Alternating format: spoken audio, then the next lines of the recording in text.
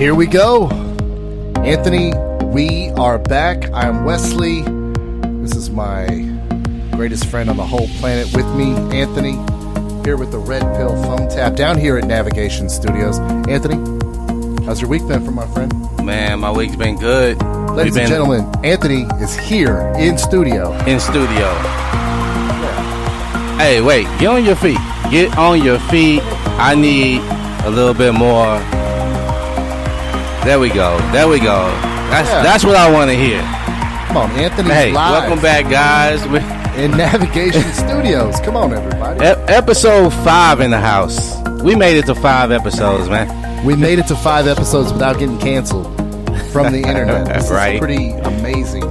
No strikes on the YouTube account so far. I'm very surprised. We have some views. We saw our geolocation this week, Anthony. We have some people tuning in from Thailand, from India, from Mexico, the Netherlands, nice, Canada, Vietnam. Wow. And of course, right here in the great US of A. Yeah, of course. We better. Damn it. Where English is the predominant language here in the US. Anthony, let's jump right into this. When we were doing our pre-show earlier, and I think we've been trying to open up with a little tutorial for a lot of our listeners. Right. And one of the tutorials that we really talked about in the pre-show was we are really struggling not to make this the He-Man woman-hating club, right? It's not, though. It's not. This is for your help, and along the way, we also hope that women become a little more self-aware about how they operate. We said this in the pre-show, and I quote, "This is not meant to be insulting to women. Dangerous, wild animals can be admired for their beauty. You can even observe them in the wild, but you need to know how they operate and what they're capable of." Do you think the Crocodile Hunter, Anthony, just went out there when he went to go these dangerous creatures? Do you think he just went out there and winged it? Not at all. Not at all. He had some expert knowledge on what he was doing before he went out, and actually, he would for the audience, tell the audience, hey, this is their environment. These are the scenarios that might happen when we enter their territory. So we're going to be involved in a situation where he's actually talking to the cameraman who's behind them and letting them know that, hey, man, we're now in their territory. This is what can happen right now. When he was, I don't know, Anthony, when he was having an episode on there with like a king cobra, and he was like, hey, this cobra is venomous. Was that mean of him to point that out? I mean, so what? You just assuming the cobra's going to bite you? You know, it's not mean to point out that a cobra is venomous. No. We're just observing the creature. We're still admiring its beauty and all of its capabilities. You got to get careful, though. You can't get bit because that venom goes right into your central nervous system. And usually that part of your body probably needs to be amputated immediately. Yeah, depending on the species, it could kill you within 15 minutes, man. This leads into a very scientific show that you and I revisited last Saturday. We are some Animal Planet fact-having ass. Yeah, we watched a very scientific show last Saturday, the animated Ricky Tikki Tavi. Oh, man. Guys, if you're out there listening, man, you know about Ricky Tikki Tavi, the mongoose, the cobra killing mongoose that stole your hearts and mind back in the 80s? Man, I think it came out in the 70s. That's Okay. why my broke ghetto-ass school in Memphis had that on projector, by the way. Remember those days? Yeah. Okay.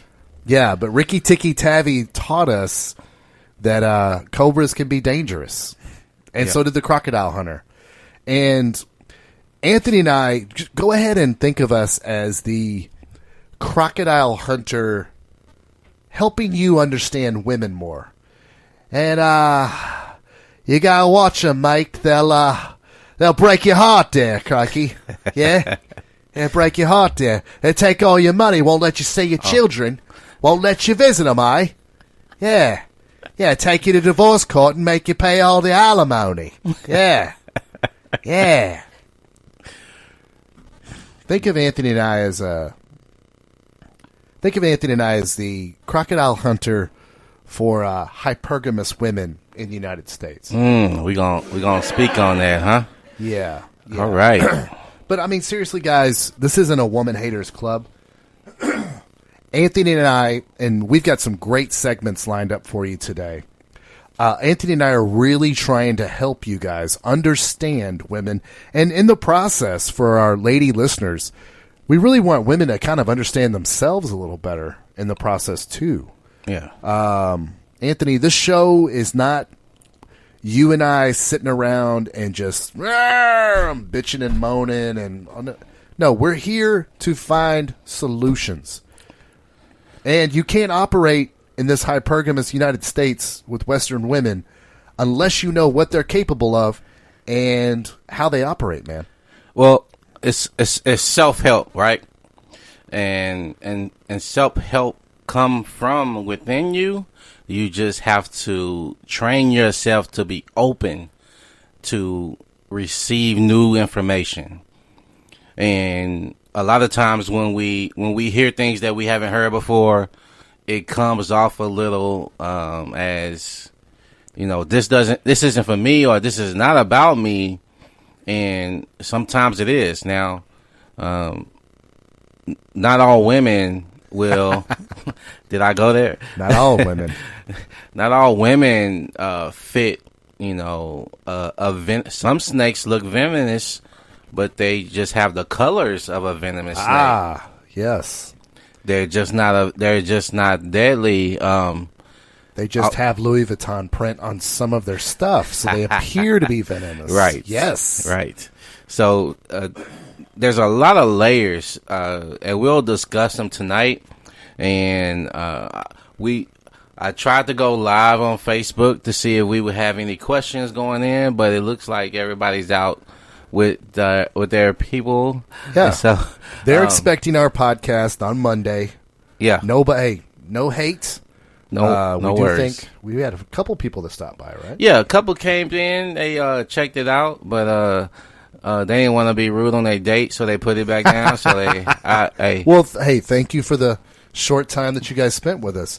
Now, before we go to a last week recap, and I think Anthony had some things he wanted to visit in the live stream from last week, some questions that were on there. Let's kind of tell you guys what to expect today. We've got some really, really good segments lined up for you. We, for our listeners, are going to really break down female hypergamy in our first big segment after last week's recap. Female hypergamy. We talk about it a lot on this podcast, but we really haven't broken it down in its most basic terms for our listeners. Not everybody understand or even heard of the term, right? So a lot of times what we do is we hear a term that we never heard or we don't know about, and we kind of, let it, slide by without actually digging into it. And I know our conversations, we kind of forget that we have 3-4 years on you guys. Well, and so, Anthony, you and I were also talking before the show tonight. We were watching the latest episode of 90 Day Fiancé. My favorite show. Which, I mean, this is like this. It's like we give them a commercial every week. But we were talking about, not everybody is obsessed with social constructs and the relationships between men and women, the relationships between people as a species. I mean, this is a topic that we're borderline obsessed on. Yeah. That's also why it's frustrating as hell when you and I sit around and just devour books on human behavior and anthropology and all this other stuff, and the effects that civilizations, have on different civilizations and how civilizations have changed and how they are currently. And we sit around and devour all this knowledge, and then we just have some gal out in the audience go, well, I feel like it's really like this. Okay. So, yeah. I want to speak on that very briefly on what you just said. I don't know if you remember when the barbarians were a big thing, and villages and towns were very on edge about the barbarians when they came into town, because they will kill all the men and boys of that town and keep the women and the children alive, as far as the female children. And the reason they did that is because killing off the provider of those women leave the barbarian open to have their pick of the litter, if you will. And the women who said, okay, fine, I will be with you, this is about life preservation, survival, went ahead with the barbarian. And the ones who did not be with the barbarian, they were killed. So those genes of loyal to a man that was killed in battle are gone. And the women that survived, their genes went on. So the DNA in that mindset of a woman is passed on to be with the man that is available now, and the man that is available at a higher level, because the ones that's still alive is the one who killed the one who died in battle. Right? Well, I think we've already got I think what could be a really long segment for next week. I just wrote down, because I'm listening to Rollo Tomasi's second book called Preventative Medicine, and just coincidentally you bring that up. Okay. And actually, I was listening to a chapter on that today where human behavioralists have studied the difference of loyalty between men and women. Mm-hmm. It's very, very good. It's a good. different loyalty, right? Yeah, it's very, as far as survival goes, it's very advantageous survival-wise for men to be loyal. You think about men in the trenches of World War II, especially the U.S. military. There's a real culture about saving the guy next to you. Yes. A real value of your fellow soldier. Loyalty is very, very valuable to men. When you go back to, you were saying barbarians, when humans were very, very tribal, other tribes would come. They would battle for resources, whatever those resources are, farmlands or wild game or, farm animals or whatever. And they would come and rape and pillage. So what would happen would be loyalty amongst men in battle, very, very valuable. But what they're finding, loyalty in women, it's very, very bad. Okay, so because when another tribe came in and took over, the men were almost impossible to convert, because they were all about the original tribe. They were about fighting to the death to preserve their way of life. The women who were usually allowed to live, a lot of times the children were allowed to live as slaves, as you point out with the barbarians, not so much. Right. They liked the women's to live. And one of the things that women learned right away is they needed to assimilate quickly. They needed to forget about that old tribe. Exactly. So for survival means loyalty, men, very, very valuable. Loyalty with women, very, very not valuable, because they needed them to assimilate to the tribe right away. They didn't. We didn't want these bitches singing songs of yesteryear and, well, what happened with the old tribe was we did this, and the old tribe is like, no. No, you better assimilate. You better assimilate quick. But I think that we should probably go into that a lot deeper next week. That's a great topic, man. It's a phenomenal topic, and it's something, again, going back to bringing it back full circle, you and I are borderline obsessed. Yeah. With this type of stuff.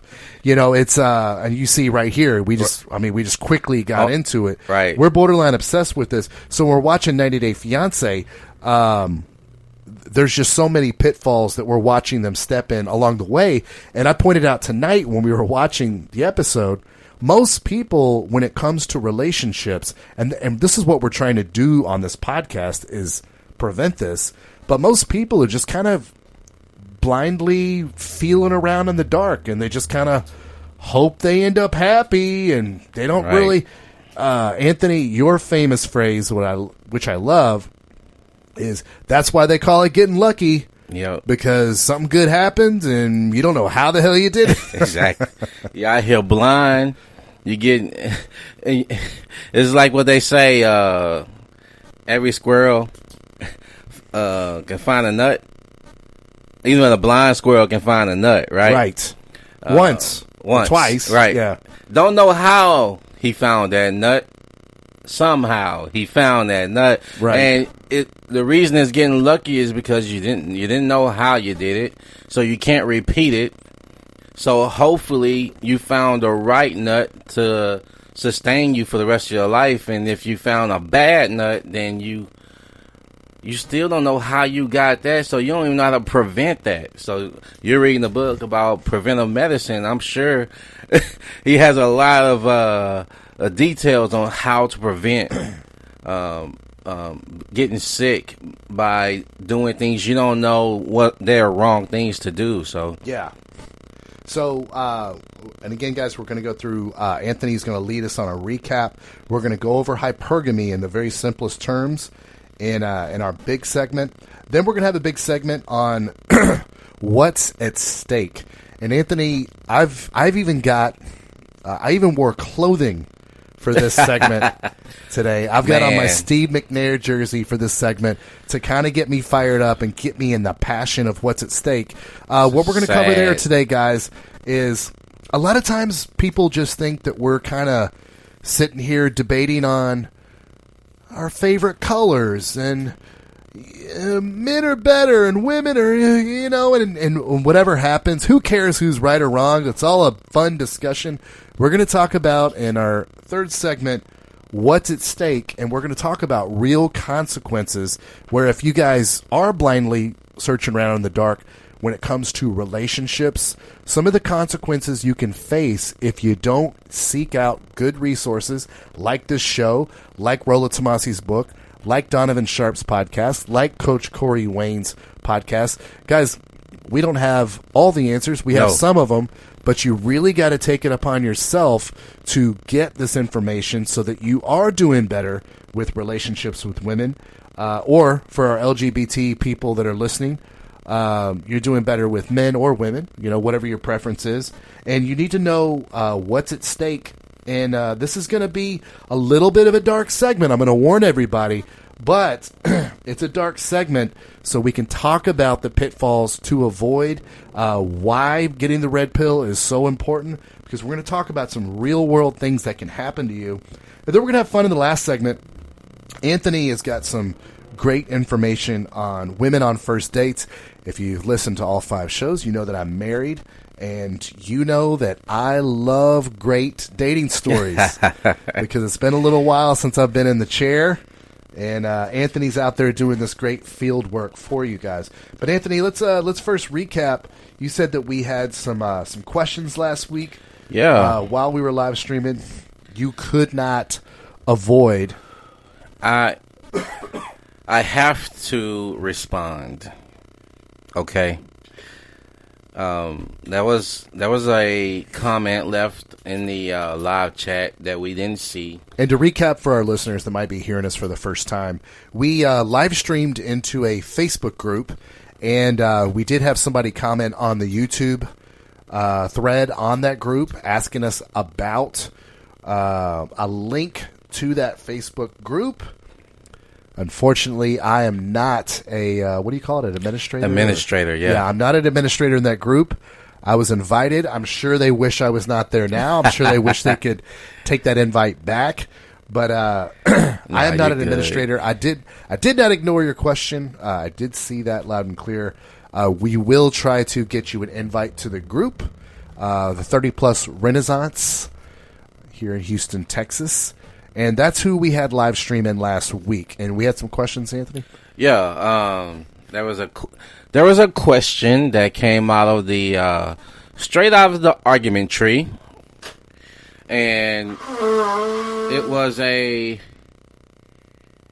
an infamous question, if you will. It's always there as a gotcha. Got him! And the question came in as we were as we were talking, is who hurt y'all? Oh boy. You know what's discouraging about this? And I got to tell you, because I'm just sitting here, and it kind of like sucks the energy out of me. And here's why. It kind of shows me how far women have to go to just talk on men's level. We've talked about this on the show so many times. Men grew up sparring not only physically with one another, but, verbally. Yeah. Women spar by discluding people, if you'll know. That's their go-to. They get a little group, and they get high society on you. And you better play nice. You better not argue, for sure. That's why they don't learn how to argue. You better not argue, for sure.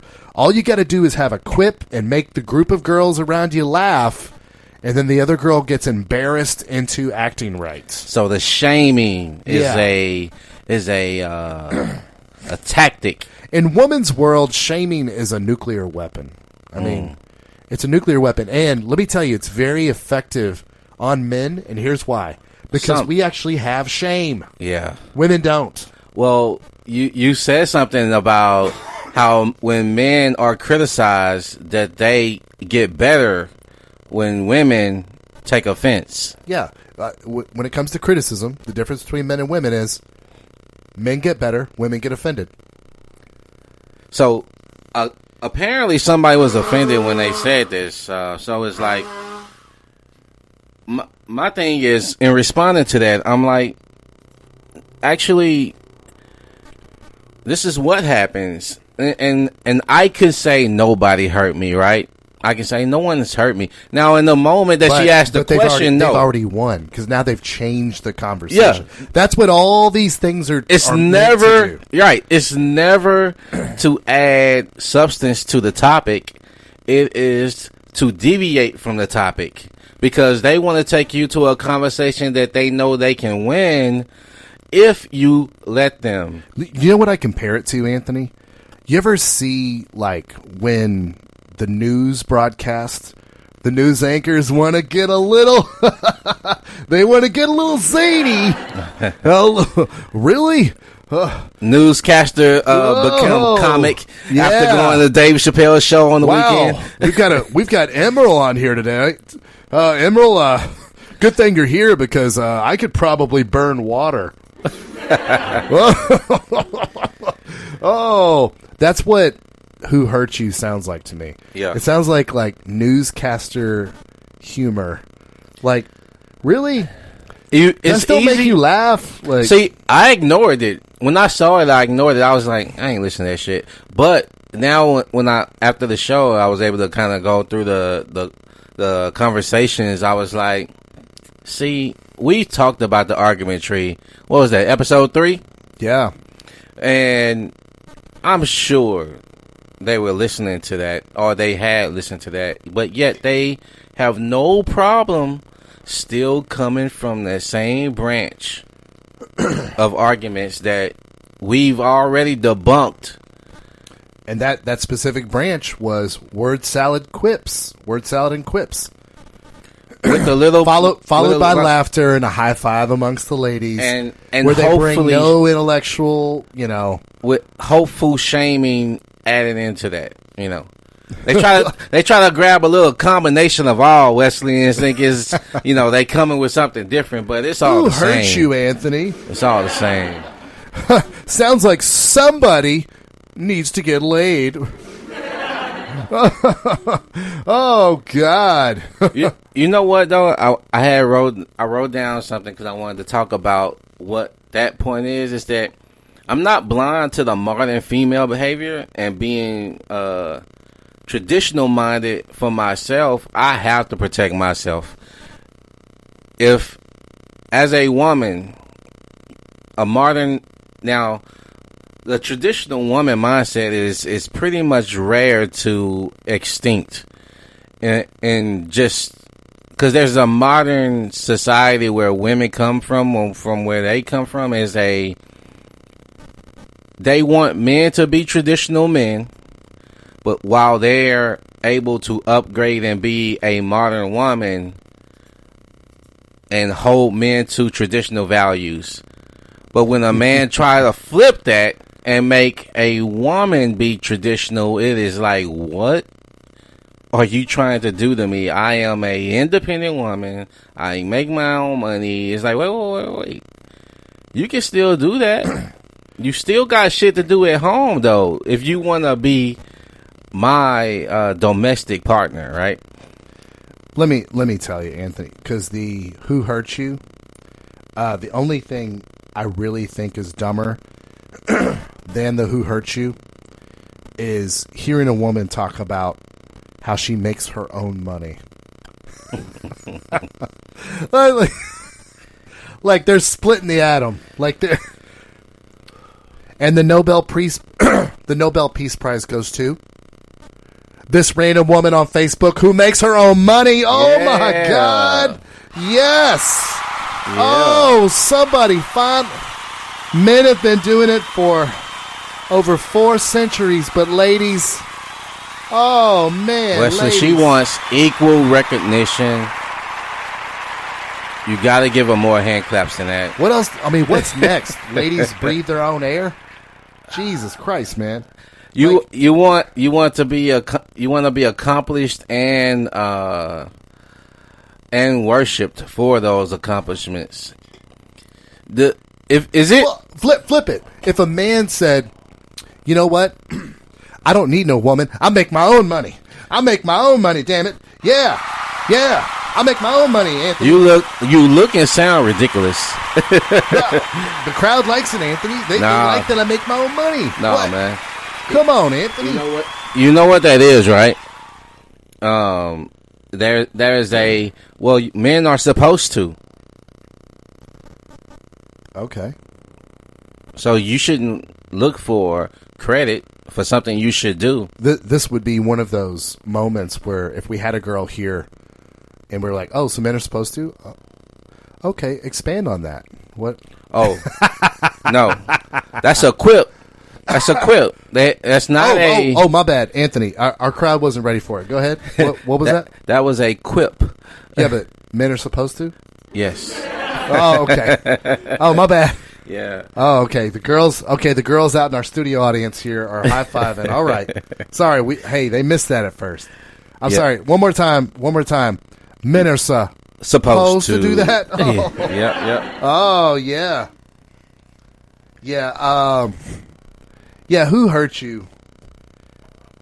What's discouraging about that is it's like that video where the guy says, "Hey man, something came in the mail for you today."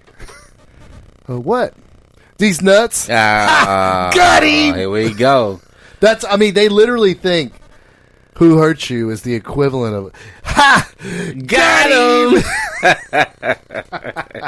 It's discouraging. It's really discouraging because it's kind of like, wow. I mean, you talk about they want to be equals, but the celebration of just little phrases that aren't even smart, making your own money like men have been doing forever.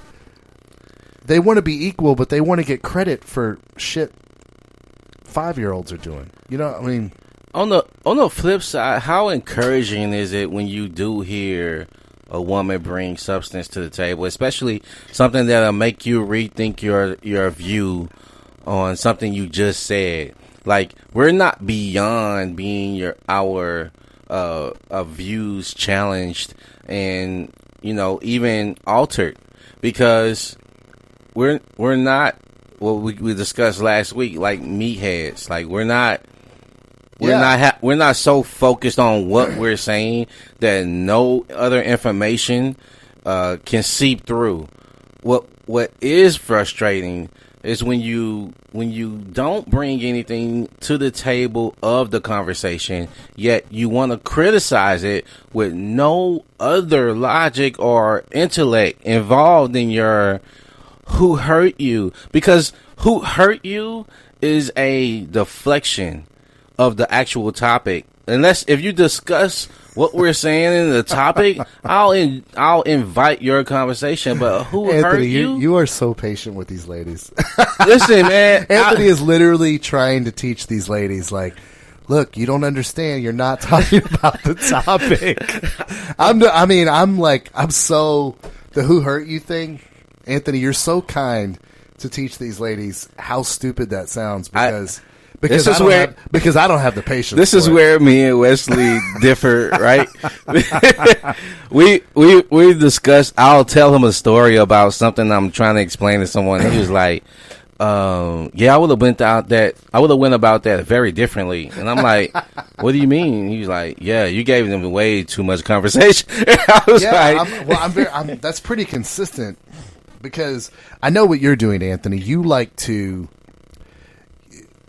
There's a thing in Brazilian Jiu-Jitsu where guys will get to be instructors, and you'll see their proficiency because Jiu-Jitsu is a lot of thinking.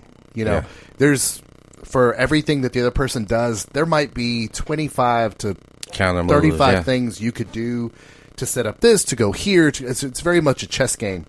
But we start to see people that get to instruct other people, their proficiency goes up like really, really fast because there's something about the human brain. When we explain things to other people, we get really, really proficient at it. Yeah. Right? So I think that's what you enjoy about that is as I'm telling this woman this, I am getting, even more proficient. Right. But me, I mean, man, I got a newborn at the house. I got things going on in my life. I'm just like, and another thing is too, Anthony, I think that you have more hope for females than I do. Cause I think I we're have good. to. Well, yeah, cause you're out here dating, but you had a question earlier and I want to answer it. Okay. You said, hey, isn't it refreshing when you do talk to a woman and she makes you think of something you didn't see it that way, right? And the answer to your question is yes. It's incredible, and what this it's usually really, really consistent when it does happen. Though it's when a woman is in her feminine energy and she's being a woman. When women are being women, Anthony, God, they're beautiful. We creatures. melt. We melt when a woman is kind. Because, I think I said it podcast number 1, but I was saying, ladies, you may give you some advice to keep a man, give him sex whenever he wants it, stay in really good shape. Yeah. That's it. But I forget, man, when women are incredibly kind, we melt. Yes. But they don't know to stay in that state. Ladies, I'm here to tell you, you could gain 50 pounds.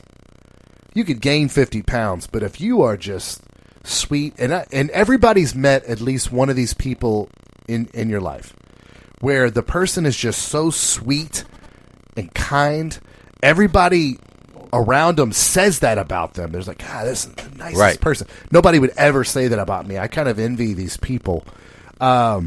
But everyone just says that about them.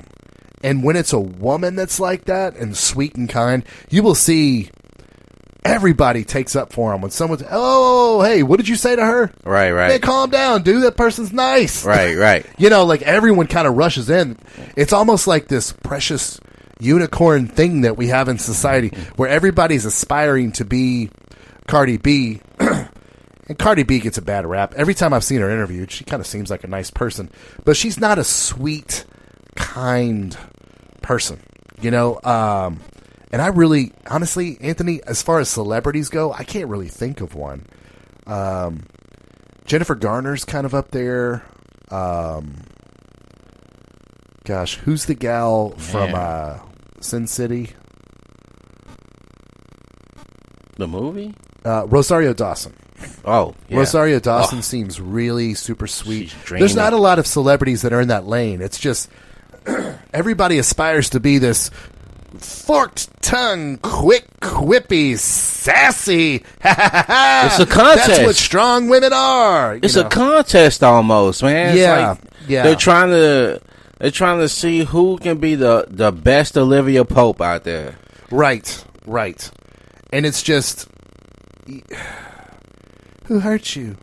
Yeah, who hurt you with their It's quips? condescending, man. Yeah, but what if, and I love the who hurt you thing as we're talking about this, because what if a really sweet woman said, who hurt you? It would be like, well, shit, do you really want to know? Dude, well, see, right, and you mean it. Like, you say the question, and you actually mean the words that are coming out of your mouth. Like, saying, like, one of the guys that I need to introduce you to is Tommy Likas. He had this thing about if you call into his show and you ask me how am I doing, he's always going to ask you, he's like, do you care? Because we talked about this last week, about dishonest harmony. People will speak to you because that's what the society norms are. Yeah. But they don't care actually how you're doing when they ask you, how are you doing? Because if you don't care, that's cool too. Just don't ask. Don't ask. Keep your words. I'd rather you keep your words. In the immortal words of Arian Foster, Anthony, thinking's not for everybody. It's not. Thinking's not for everybody. Shout out to Arian Foster, man. Love that guy. Well, if you're from Houston, you probably love Arian Foster. Oh, yeah. For listeners outside of the U.S., and we thank you for joining us, by the way. Arian Foster was formerly the running back for the NFL team, the Houston Texans. And boy, I got it. Oh, man. Poetry in motion. we both went the same place. I mean, God, his footwork was just amazing. Unfortunately, like another one of my favorite running backs that I watched play, Fred Taylor. Couldn't stay healthy. We definitely won't go into this in a lot of depth, maybe in a future episode, but Joe Rogan just had a big podcast here this week about a vegan documentary that was done by, the gentleman that made Titanic, James Cameron. And Anthony, vegans, it started with, hey, you can live on a vegan diet. Yeah. And now they're trying to take it all the way to not only can you live on a vegan diet, but you can get optimum athletic performance at the highest level on a vegan diet. Shout out to Arian Foster. And Arian Foster was one of those people that fell for it. Yeah. And a lot of injuries came after that. Right. Unfortunately, because, like you said, you and I love them. But did we have any other questions from the live stream last week? Because I'm sure our listeners want us to jump right in to the topic we probably touch the most on this show. What I wanted to say, and I'll be quick. Women blame language and not the behavior. Anthony, let's touch this, because you and I talked about this on the phone this week. This is one of the most frustrating. Have you ever hung out with someone that was real big on grammar, and you can't even?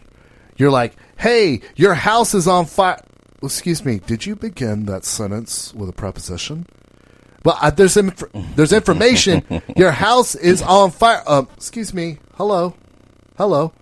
Can we keep our voice down a little bit? Yeah. I mean, you're yelling at me. You're just trying to tell them that their house is on fire. You can't get the message out because you're just not communicating up to their fucking standards.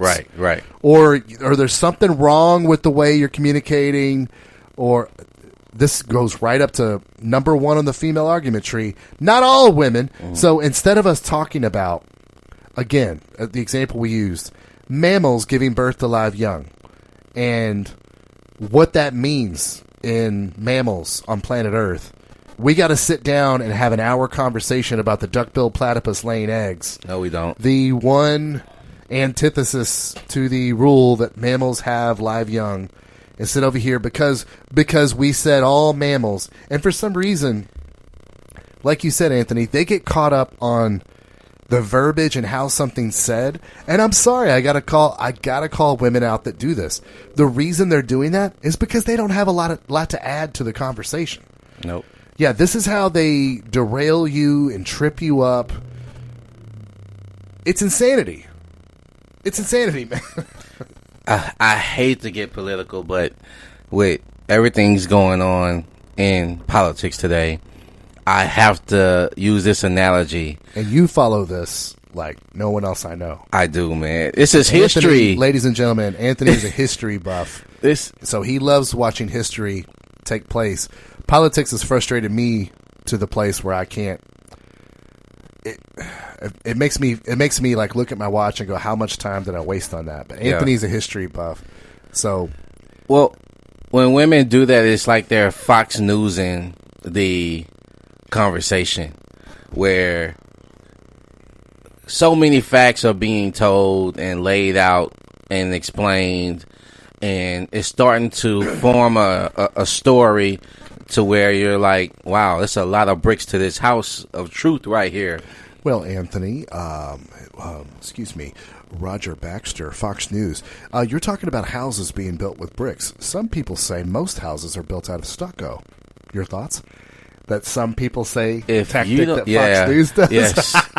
So, and it's never. That's not how reporting works. Right. You don't just get to. Well, some people say. No, motherfucker, you're saying it. Right. And I remember somebody pushed back on Trump one time when he said, "Yo, a lot of people think," and they was like, "Yeah, who are those people?" And he was like, "Yeah, it's just, a lot of people. A lot of." He said, "I'll have somebody else give you the information." But again, it's like thinking's not for everybody, so a lot of people don't catch that type of shit. Right. And this is so easy to let somebody railroad their bullshit. Hey, Anthony, who hurt you? Because you're dishonest harmony, you allow them to continue to talk that bullshit. So now, when you're confronted with someone that is not letting you have an honest conversation, you don't push back enough to get them to shut up. Because again, like we said, if someone come up with, well, hurt you, and you're talking about, well, yeah, I have been hurt, but it has nothing to do with this.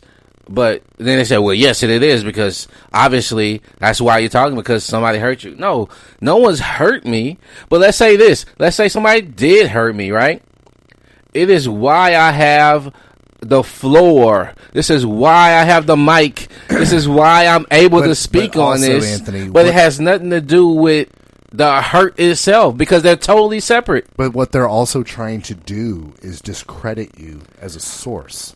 Of course. That's their goal. Because no one's been hurt, even though you're in here, life, right? Yeah, even though you're here telling the truth. Yeah. They want to point out that because you were hurt, you can't be giving a good, truthful knowledge to our listeners because you're in this disturbed lens of being hurt. So, and they're doing a Trump tactic. Right. They're saying you can't trust Anthony as a news source because fake news. Yeah, because it's fake news. Because how can you trust someone that's been hurt by women to tell you about women? And it's absolutely ridiculous.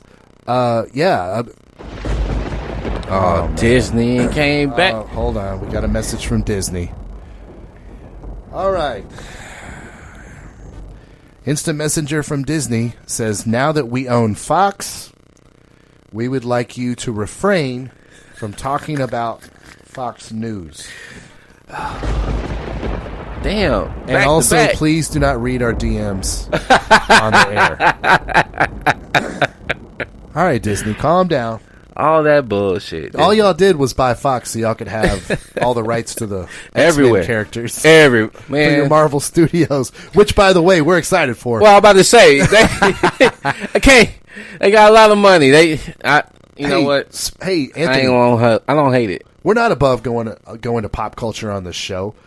Speaking of women that act like women, because according to the feminists out there, men are never going to support a strong comic book female lead. They'll never support whatever, dude. I'm hyped about this Black Widow movie. Yes, I am. What you think about the trailer, man? I shared it on multiple platforms because I saw the trailer and I was hyped as fuck, bro.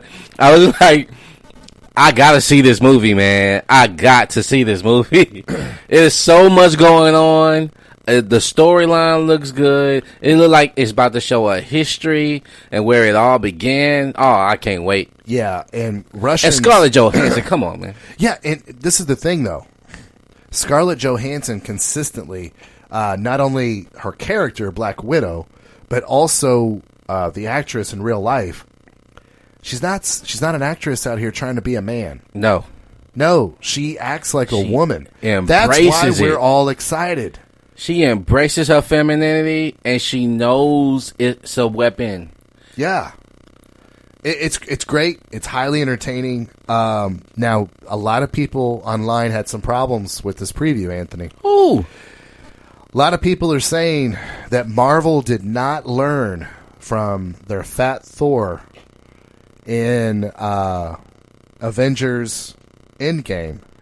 That fat shaming should not be allowed in the Marvel universe. I didn't even know that was a thing, man. What, fat shaming in the Marvel universe? I didn't know that was people talking bad about the fat Thor. I thought that shit was funny. I thought it was a great story arc. Yeah, like, I mean, you know, that don't happen in real life. That shit happens in real life. People get depressed and get fat. Yeah, man. It appears to look like people are trying to be offended. But what is the and forgive me, is it the Red Avenger or oh god, the Red Avenger? No, the character that is fat in the Black Widow trailer. There's a fat person in it? I didn't even know this. Beat up on this. The guy that also plays in the new Hellboy movie. Oh man, you're beyond me now. I didn't even. He was also in Stranger Things, the cop, the main cop. Yeah, that's a good character. There he is, David Harbour. Okay, yeah. I'm sorry. So he's fat in that. Oh, when he tried on the suit. Yes. Yes, that looked funny to me. It is funny because what's the same thing happened in The Incredibles. It's right. It's an old. I'm sorry. It's Red Guardian. Guardian. Forgive me, guys. Yeah, Red Guardian. Terrible. I apologize. But Red Guardian, he's like, hey, the suit still fits, and she's like, hey, you got fat. Clearly, the family's coming back together. Some time has passed. Right. Yeah, it's just funny. Relax, everybody. Wow. Jesus Christ, man. Wow, man. I didn't even know that. I see. I want to ignore. I want to be okay with ignoring dumb shit. Well, I mean, you were the one that brought up the who hurt you. I didn't bring it up. I'm only talking about it because it was. I don't want it to be normal because what we always say, Wesley, it's our fault. Yeah, I know. And Anthony, to me, you and I take personal responsibility on this show to guard what is normal in the West. Because things have run amok, and especially as we get into this segment on hypergamy, things have run amok, and somebody's got to guard the line on what's normal. Otherwise, shit just runs amok. What's normal and what's not okay that is considered to be normal, right? And fuck it, I'm not going to be shamed. I'm not going to be talked down, and just because you own a vagina, your voice doesn't matter more. I'm sorry.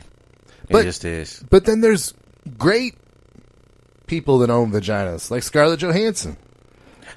I don't speak she's against. She's not afraid to be a woman. I don't speak against it. I just don't like what we talked about before. You're not looking for equality. You're looking for special privileges, and just because you own the vagina don't give you special privileges. Hey, you know what? We didn't talk about it, but I saw it, and I know you got something to say about this. Uh-oh.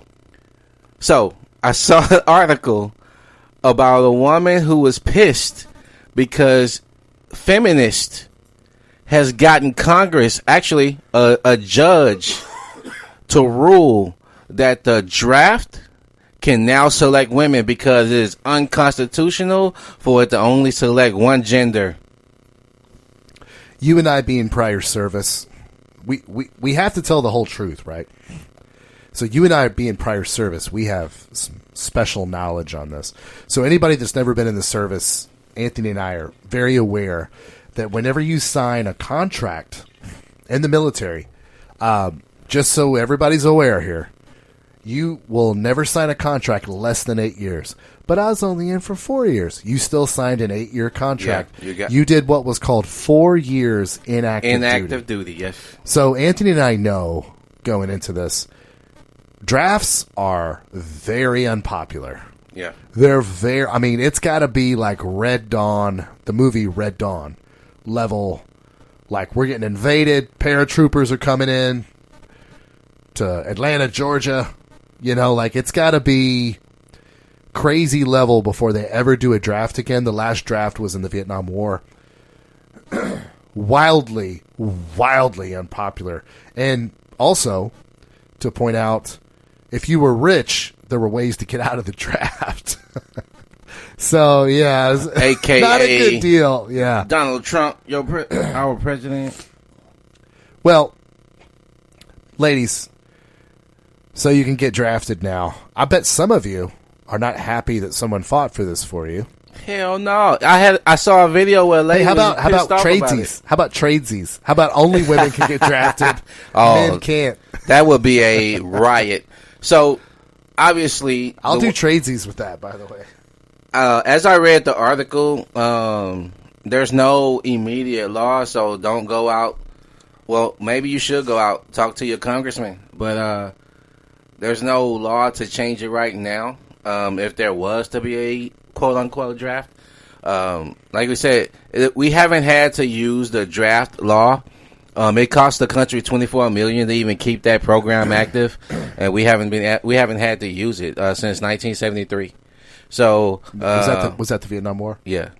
So we didn't have to use it, and there's enough volunteers going in. Yeah. So, and they're actually kicking people out early because people are not leaving. So it's not an issue, but it's funny to me where you, as a gender, you fight for so much that you actually put other people that is not even involved in that issue, and now you affect their lives too. Well, Dave Chappelle argued on Sticks and Stones comedy special that he recently had on Netflix. By the way, it's one of the most phenomenal specials I've ever seen. I think you and I have talked about it here on the podcast. Yeah. He talked about, hey, ladies, you're pissing people off. You're not reaching people. You're just, hey, Kevin Hart, I caught you doing, and by the way, before I say this, I'm using a hypothetical. I'm not saying that feminists are the ones that said, hey, Kevin Hart, you said something about gay people. You can't host the Oscars. But I'm just using a for instance. Going out, you're trying to gotcha on celebrities. You're just trying to you're trying to get your way by just kind of flinging mud in people's face and giving them the finger and saying, fuck you. And Dave Chappelle pointed out in his special, I believe what he said, and I don't think I'm giving away any punchlines here, and we're definitely recommending that you see it, where he says, you know, ladies, or you could, and I don't know, this might be controversial, shut the fuck up. I loved it. Oh, I loved it. And he points out, he's like, I told y'all this was going to happen, and then, you know, with all this fuckery, all of a sudden there's 2 or is it 3 states that have really made abortion... 3. Is it Alabama. illegal, Anthony? You follow politics closer than me. Is it illegal, or is it just like almost impossible? So it's unlawful. I guess that is illegal. But it's they made it a law that abortion is illegal. Even if you leave the state to go to another state to get an abortion, it's illegal. Christ. So yes, they trying to control you to the utmost. It's sad, man. We can tease here, Anthony, a topic we're going to have here in the future.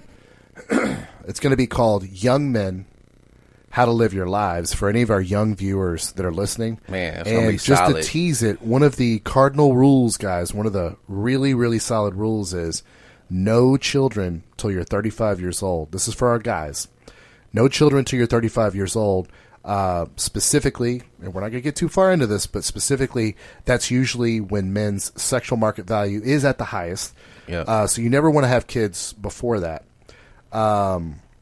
It's one of those things where we would tell you heart attack serious, like gun to your own head, making sure you're having 100% protected sex, flushing the condoms down the toilet, like heart attack serious. Don't have kids. Pour bleach in the condom when you're done with it. Yeah, but and then flush it down the toilet. But now they're like coming at women, saying women can't get abortions. Man, if someone's going to try to get an abortion, and listen, I appreciate all the people that are. See, I'm not black and white on this abortion thing, Anthony. I understand a lot more now that I've seen. I've gone, because I have a baby now. A lot of you guys have heard that. Going and seeing a picture of a baby, like when it's brand new, you're like, oh shit, that's an arm. Like I'd never experienced it before. So if you're in that lane of person and you want to be like, come on, man, somebody's got to stick up for this baby, man. They're just going to kill this thing. Look, I get it. Just like I get vegans and want to be kind to animals. Yeah. I get it. But I also get, if someone's going to get an abortion and you're not going to let them do it, God, man, I feel sorry for that kid. It seems like he doesn't have a chance. Like he wasn't even wanted. You know, it was some kind of mistake at a frat party or some fucking bullshit. I don't know. It's kind of like we talk about desire can't be negotiated. Right. You know, desire to have a child really can't be litigated. You know what I mean? Or I'm sorry, not litigated. Whoa. It can't be legislated. Right, you know? right. I mean, if somebody wants to have an abortion, why stop them? And like I said, I get it. For all you people that are, they want to stick up for the baby, I get that side too. But then what do we do with the kids? Because the same people that don't want abortions, they don't want welfare either. So what are we going to do? Miracle some food for these motherfuckers? I didn't understand the law when it did pass, because I was like, man, this is some religious shit. It's not a law that's fucking causing harm to the country. Like, what's going on with this? You must have a baby type shit like that. But I think Dave Chappelle might be onto something. I think a lot of this, I think there are certain, and Anthony, I thought feminists would say, don't touch my body. Don't worry about what's going on in my body. My body is mine. No. They are saying that. But okay. Feminists are pissing people off, Anthony. That's what Dave Chappelle's trying to say. Okay. Feminists are pissing people off. And they're like, you know what? I wasn't going to do anything about this abortion shit. I've been kind of sitting over here at my house, fucking just stewing about it. But now you fucking bitches have pissed me off. Because you and I both know they couldn't do this abortion legislation without women's support. Oh, no. True. Yeah, so it's a lot of religious women. And these feminist groups, it's never enough, Anthony. If I went to the leader of the feminists, whoever the hell that person is, who considers of the leader of the feminists, and I'm like, all right, I'm going to give you 15 wishes, and they all come true. What would you do to end this patriarchy that we're in? They'd be like, Well, I need 16 wishes. It's like it's never ever going to be enough. Like, when is this over? It's never going to be over. Okay. I think women will revolt on their own against the women that's going too far, because I think Anthony, you've pointed this out every week. You have literally tried to help these ladies. You've pointed out every damn week. Why don't women call out this ridiculousness from women? Yes. This is the same thing. We talked about this 2 weeks ago. It's the same thing as cops not arresting cops. Right. Well, I don't want to tell on a cop. Cops don't snitch on cops. Like we're on the damn kindergarten playground. Right. This snitch. Snitches get stitches. No, dude, you broke the law. Right. I'm a cop. I'm supposed to uphold the law, and you're a cop that broke the law. If you're a cop, you don't get to break the law. So I'm saying, you pointed this out time and time again. Why don't ladies acknowledge the fuckery that these ladies are doing and be like, what are y'all doing, man? No accountability, man. They have a hive mentality, and they all stick up for each other no matter what. No matter what, just like the police force does. Blue wall. Yeah. You know what? I want to take this passion, Anthony, into our first topic. All right. We managed to fill up an hour with that. Wow. But still hype about that Black Widow movie. Hell yeah. Black Widow has nothing to do with this first topic we're going to get to. Anthony, we talk about female hypergamy so often on this program. So we had to do a segment on this. And Anthony, let's start this off by saying, you ever notice, and this isn't with women, this is with men and women, you ever notice when you see somebody or you're dating somebody or you're in a relationship with somebody and they're always worried about you cheating? Yeah. It's like, I think this person's cheating on me because this is on their brain. It's too often, and it's like almost like it's a tail. It's a tail sign. So women, with your feminists, they're always talking about equality, and then with equal wages and equality. And the reason they're always bringing it up, in my theory, is because they don't really believe in equality. And this is going to be how we kind of start out female hypergamy. Women talk about equality. Women don't even believe in equality. And here's a case in point. You ever notice the CEO that's a man? One of the most common threads for a CEO is he ends up leaving his wife and going with his secretary. Now, let's not get too deep into this. She's in a submissive role. She likes that he's in a lead role. Right. We've talked about those dynamics on this show before, but we can all agree that is a dynamic that exists. Is male CEO leaving the wife and booing up with the secretary. Now, let me ask you this. Would a female CEO boo up with a male secretary? Hell no. Be honest, listening audience. Hell no. This is what we talk about when we talk about female hypergamy. Anthony, I've got the definition here. This is on Wikipedia. Oh, you going to break it down for him, Wesley? Yeah, hypergamy. All right. Now, this is just the word hypergamy, not female hypergamy. Hypergamy,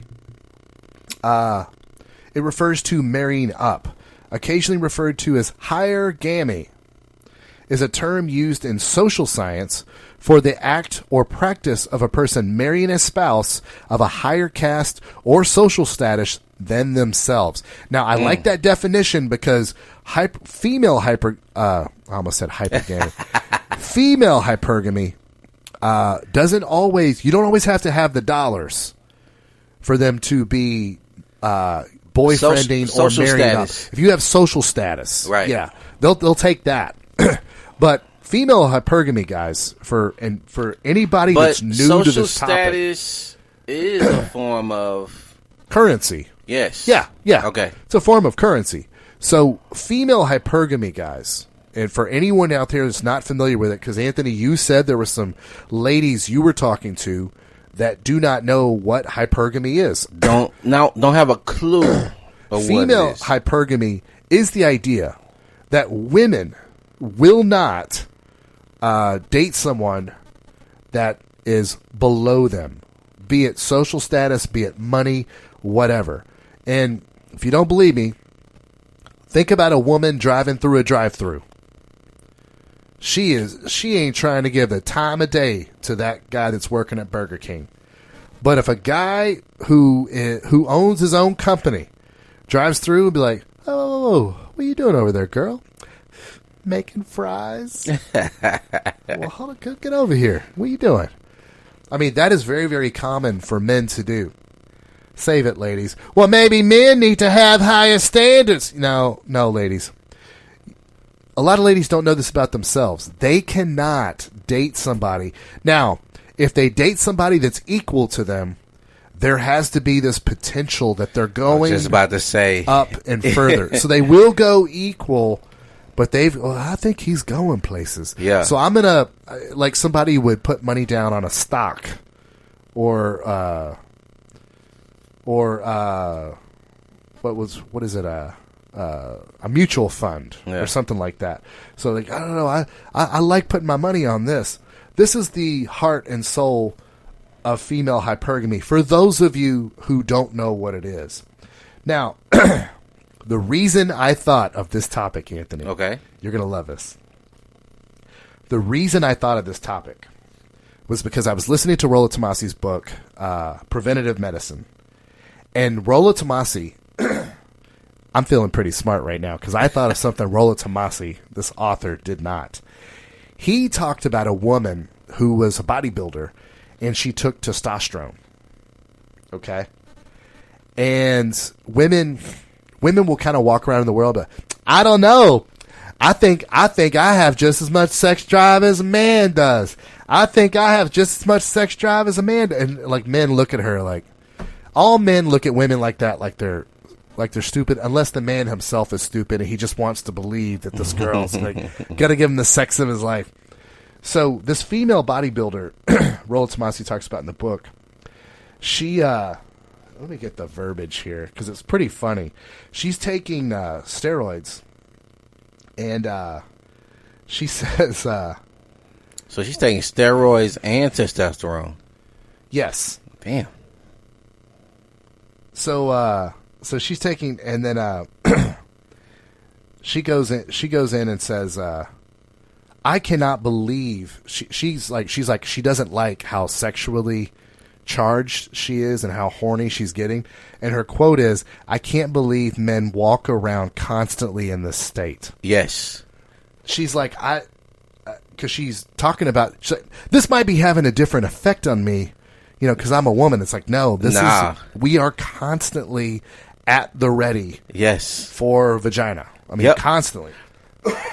She's like, I can't believe men walk around like this. That's why we 24 hours a day. That's why we have belts on our pants. Look, the cage is the beast. So, Rollo Tomasi goes on in the book to say, women can take a drug and see like what it's like to be a man. There is no drug for the that opposite. Men can take so that men can experience female hypergamy and how it rules you physically, psychobiologically. Wow. Okay? That's Anthony, it hit me. I do have an analogy. Okay. Where men can understand female hypergamy.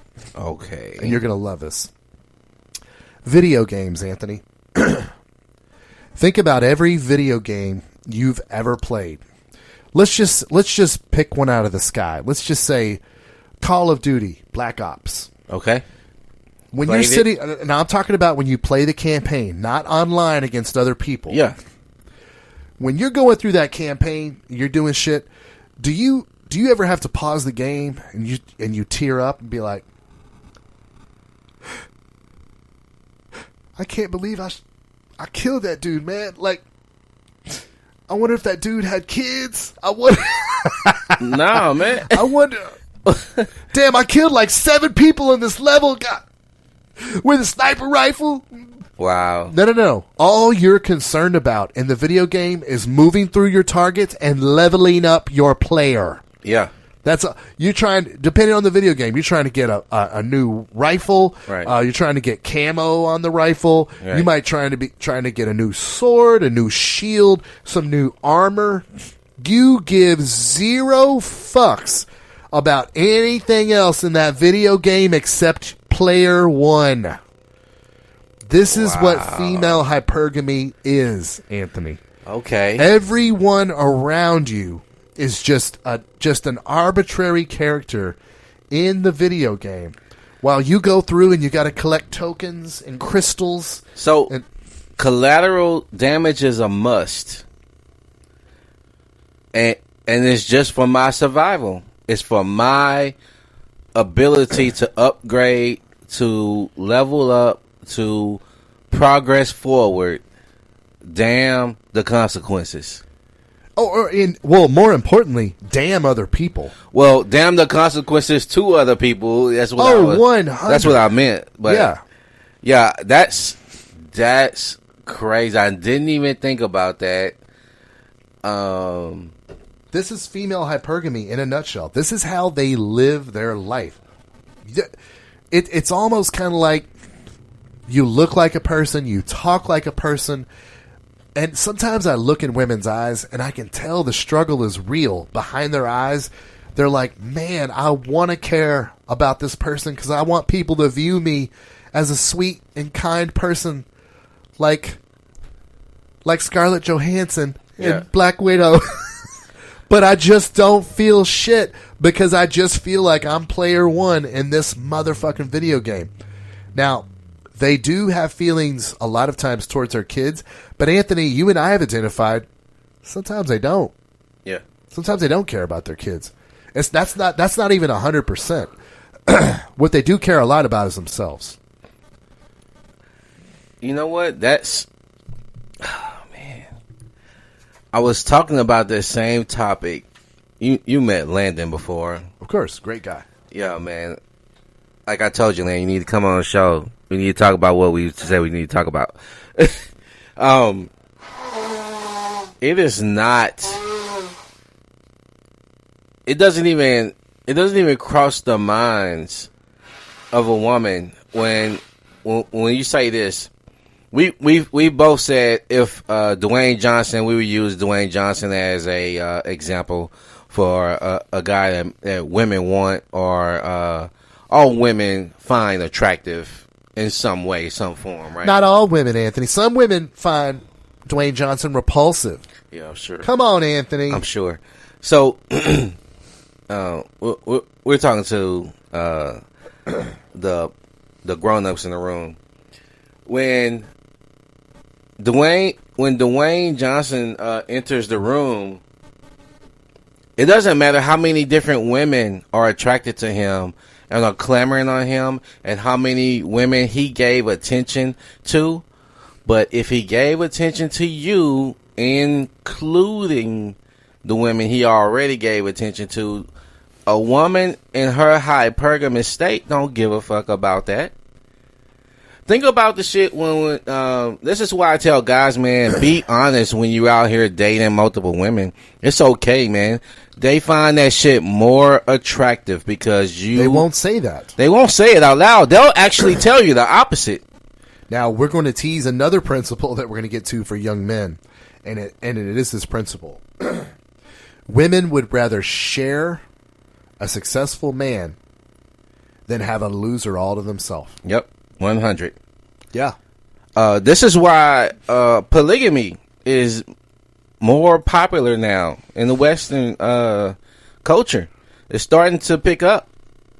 If you look at it, women are still looking for that one male, and they don't care if they have to share the bed, the account, as long as he have enough for both, or all three or four of us. It doesn't matter. And so, I mean, awesome fucking analogy, man. Because as you were saying it at first, I was like, where is he going? But now that I see it, it's like, look, man, I have to do this to get to where I want to be. I'm not trying to stay on level 3. No, I need to get to level 4. And when I get there, I need to be level 5. I need to be equipped to survive in that progression, right? So they don't see it as harmful that what they're doing. They are all about, like you said, player 1 and getting what they need to survive. And a lot of that's women amazing. Intellectually will struggle with this. I don't want to. They don't want to like believe this. it. They don't want to believe the truth of the matter. Is what that is. Well, and that goes on to our next part of this segment, where I want to tell you guys, if you don't hear anything about or remember anything about this segment about female hypergamy, please remember this. Though there will be, and we're going to get to some examples of female hypergamy. Obvious, undeniable examples. But no matter how many undeniable examples, guys, and I want you to remember this, no matter how many undeniable examples there are, women will deny that this exists. They will deny, they will deny, they will deny, they will deny. They will look you right in your face and tell you, no, when I meet a guy, I love him for him. I like that he's a great person, and I just no. They are hypergamous. They are in a video game trying to level up their character to the next cloaking shield and the next armor and everything else. This is cognitive dissonance, though. Yeah. And the reason I want you guys to remember that as a principle to this podcast, no matter how many obvious, because Anthony, get ready. Start thinking of some examples. One of them sitting in the White House of hypergamous females. No matter how many obvious examples exist, they will deny that this is real. Okay?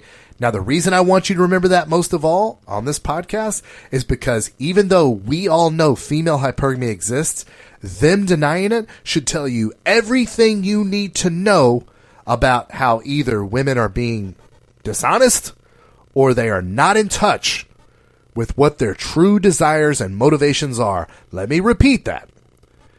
They are either not in touch with what they want, or they're being untruthful about what their real motives and desires are. Anthony, I know you've got some great hypergamous examples. Go ahead. Ooh, you gonna put me on the spot, huh? Well, we got one that's real obvious, sitting in the White House. Well, now we have a whole. Now, there's some people, and by the way, we're not here to dog on your identity politics, whatever the hell that is. Well, we know very well what that is. I don't know why I misspoke. But if you like Donald Trump, we're not here to hate on you. But I will tell you, undeniable how many people dislike that guy. But it's also undeniable how hot his wife was in her prime. I mean, this dude, all he did was date hot models his whole life. Well, maybe women just like his personality, Anthony. No, man. What? No? No. Donald, no? He doesn't have. Well, he had like 4 wives. I mean, this is not a. And again, like we just spoke on this. Women don't care if they are part of a group of women that man has been with, right? Long as he is going to share his resources and his social status. Go through the definition of hypergamy again. Sure. They talk about it specifically in India, but they go through and they say this is colloquially referred to as marrying up, occasionally referred to as hypergamy, is a term used in social science for the act or practice of a person marrying a spouse or higher caste. If you guys don't know what caste is a form of social stratification characterized in, is that Indian culture? I think it is Indian culture. Yeah, like Hindu culture. Yeah, where like once you're in a caste, you can't get out of it. You can't make more money. I mean, if you're in the lowest caste, you're in that for life. And yeah, that's the way it is. So like if you're middle class, you're gonna always be middle class. So marrying a person of a higher caste or in the Western world, social status, than themselves. And isn't that the goal for every woman? Yes. Out the womb? What women may not understand is that's not the goal for men at all. No. We have to do for ourselves, and that's the pressure is on us to do. It is part of being a man. You're not a man until you can do that, right? Yeah. So it is funny though, where we have women who, and I know this because, just talking to women, they have this long fucking list of things that a man that they consider to be the man that they say they will marry to have. It'd be interesting in this world where I guess everybody's equal, right? In this world where everybody's equal and women can do it just as good, why don't they take that list and accomplish those things them fucking selves? Instead of writing the list out for somebody else to do all this shit. Seriously. Instead of writing your long fucking list out, how did you go and Which is it, accomplish some ladies? shit? Y'all can do it too, or they can. Look, man, I know some very viable women out there that can. Are you talking about women that have their own jobs and pay their own bills? Yes. Oh my, holy shit. Yes. Wait. Back up. Yeah. They have their own job. Yep. They pay their own bills? Yep. Jeez. Wow. Give it up. Shit. Hey, the thing is, let that soak in. They pay their own bills. They own bills. Wow. Hey, and they take care of their own kids. So, you gotta give that up too. You know what I'm saying? But it's not a competition. Is what it comes down to. I remember being on a date, and she asked me. This was her questioning. She started asking me. Obviously, this is all questions. And ladies, this is so weak because it's so predictable because you're on a date on some fact-finding mission to figure out how this guy can provide. Well, this is a great tease for our last segment, too. Man. Anthony's bringing some great date stories for our fourth segment. It's so weird to be in the fucking the twilight zone of deja vu when I hear the same fucking questions, because you got the hive mentality of wanting to know what this guy can do for you versus who the fuck this guy is. And what he was saying about people denying the hypergamous mindset is very fucking true. They will deny that they all have the same questions on the date because they want to know the same fucking information. What can you do for me now and in the future? And in the future of my potential children if I want to have them with you. So if it was about the guy himself, a lot more deeper questions would be asked. And if we have time in this show, I'll go over some questions you can actually ask a guy, ladies, that will actually dig deeper into who a guy is. So even if he can provide for you, he won't beat your ass to oblivion because he's upset because he has a very stressful job and you nagging about the dishes being in the sink. Oh. So he doesn't punch you in your fucking face once you ask that question. I will be able to give you some insight on how to dig deeper into a guy and who the fuck he is versus what he can do for you. That's just a little teaser. God damn it. I forgot. Sorry. Disney be listening. Disney's DMing. Disney just DM'd us and said, so it's okay to beat women now if your job's frustrating? Here we go. Is that what you said? Here we go. I heard that y'all said if your job's frustrating, it's okay to beat women. That's not true, Disney. That's Disney. That's not what I said. Oh, man. I think what it is that we're still blaming the language and not the behavior. Careful, man. I don't want Disney to come after us. A lot of people, Anthony, are going to say female hypergamy. Now Wesley and Anthony, they really are dumbing it way down. I mean, come on. Isn't this, all of our conservative people are, isn't this, some people just don't want to make themselves better, pull themselves up by their bootstraps. That's what I think. You got to make yourself, a real man becomes successful so he can earn a woman's love. That used to be true. That used to be legit. But in 2019, folks, female hypergamy has gone on a whole new full tilt. Okay? And let me explain why female hypergamy has gone full tilt in the Western world, specifically in the United States. You ever heard of something called marriage? Yeah. And you're going to hear this from me a lot, that I don't really know what marriage means anymore. Today, right? Yeah, I don't really know what it means anymore, because it used to be a thing where, like, you got together and that was for life, and the state got involved, and it was law, and it was difficult to get divorced, and so you better think about it before you get married. No. 2019, not only is it very easy to get divorced, it's gone full tilt in the way of it's not even shameful to get divorced. Let me ask you a question. Anybody that you've known that got divorced, do you think that they had to go through this scenario? Somebody that was at their wedding. Hey, man. Hey, Bob. I heard you got divorced. Yeah, that's a pretty tough deal. Me and the wife got divorced. What the hell, man? I was at your wedding. You said till death do us part. Yeah, I know. You're a liar, Bob. You got all of us there? I saw you say that. You're a liar, Bob. I bought you a fucking gift, bro. Man, what the hell?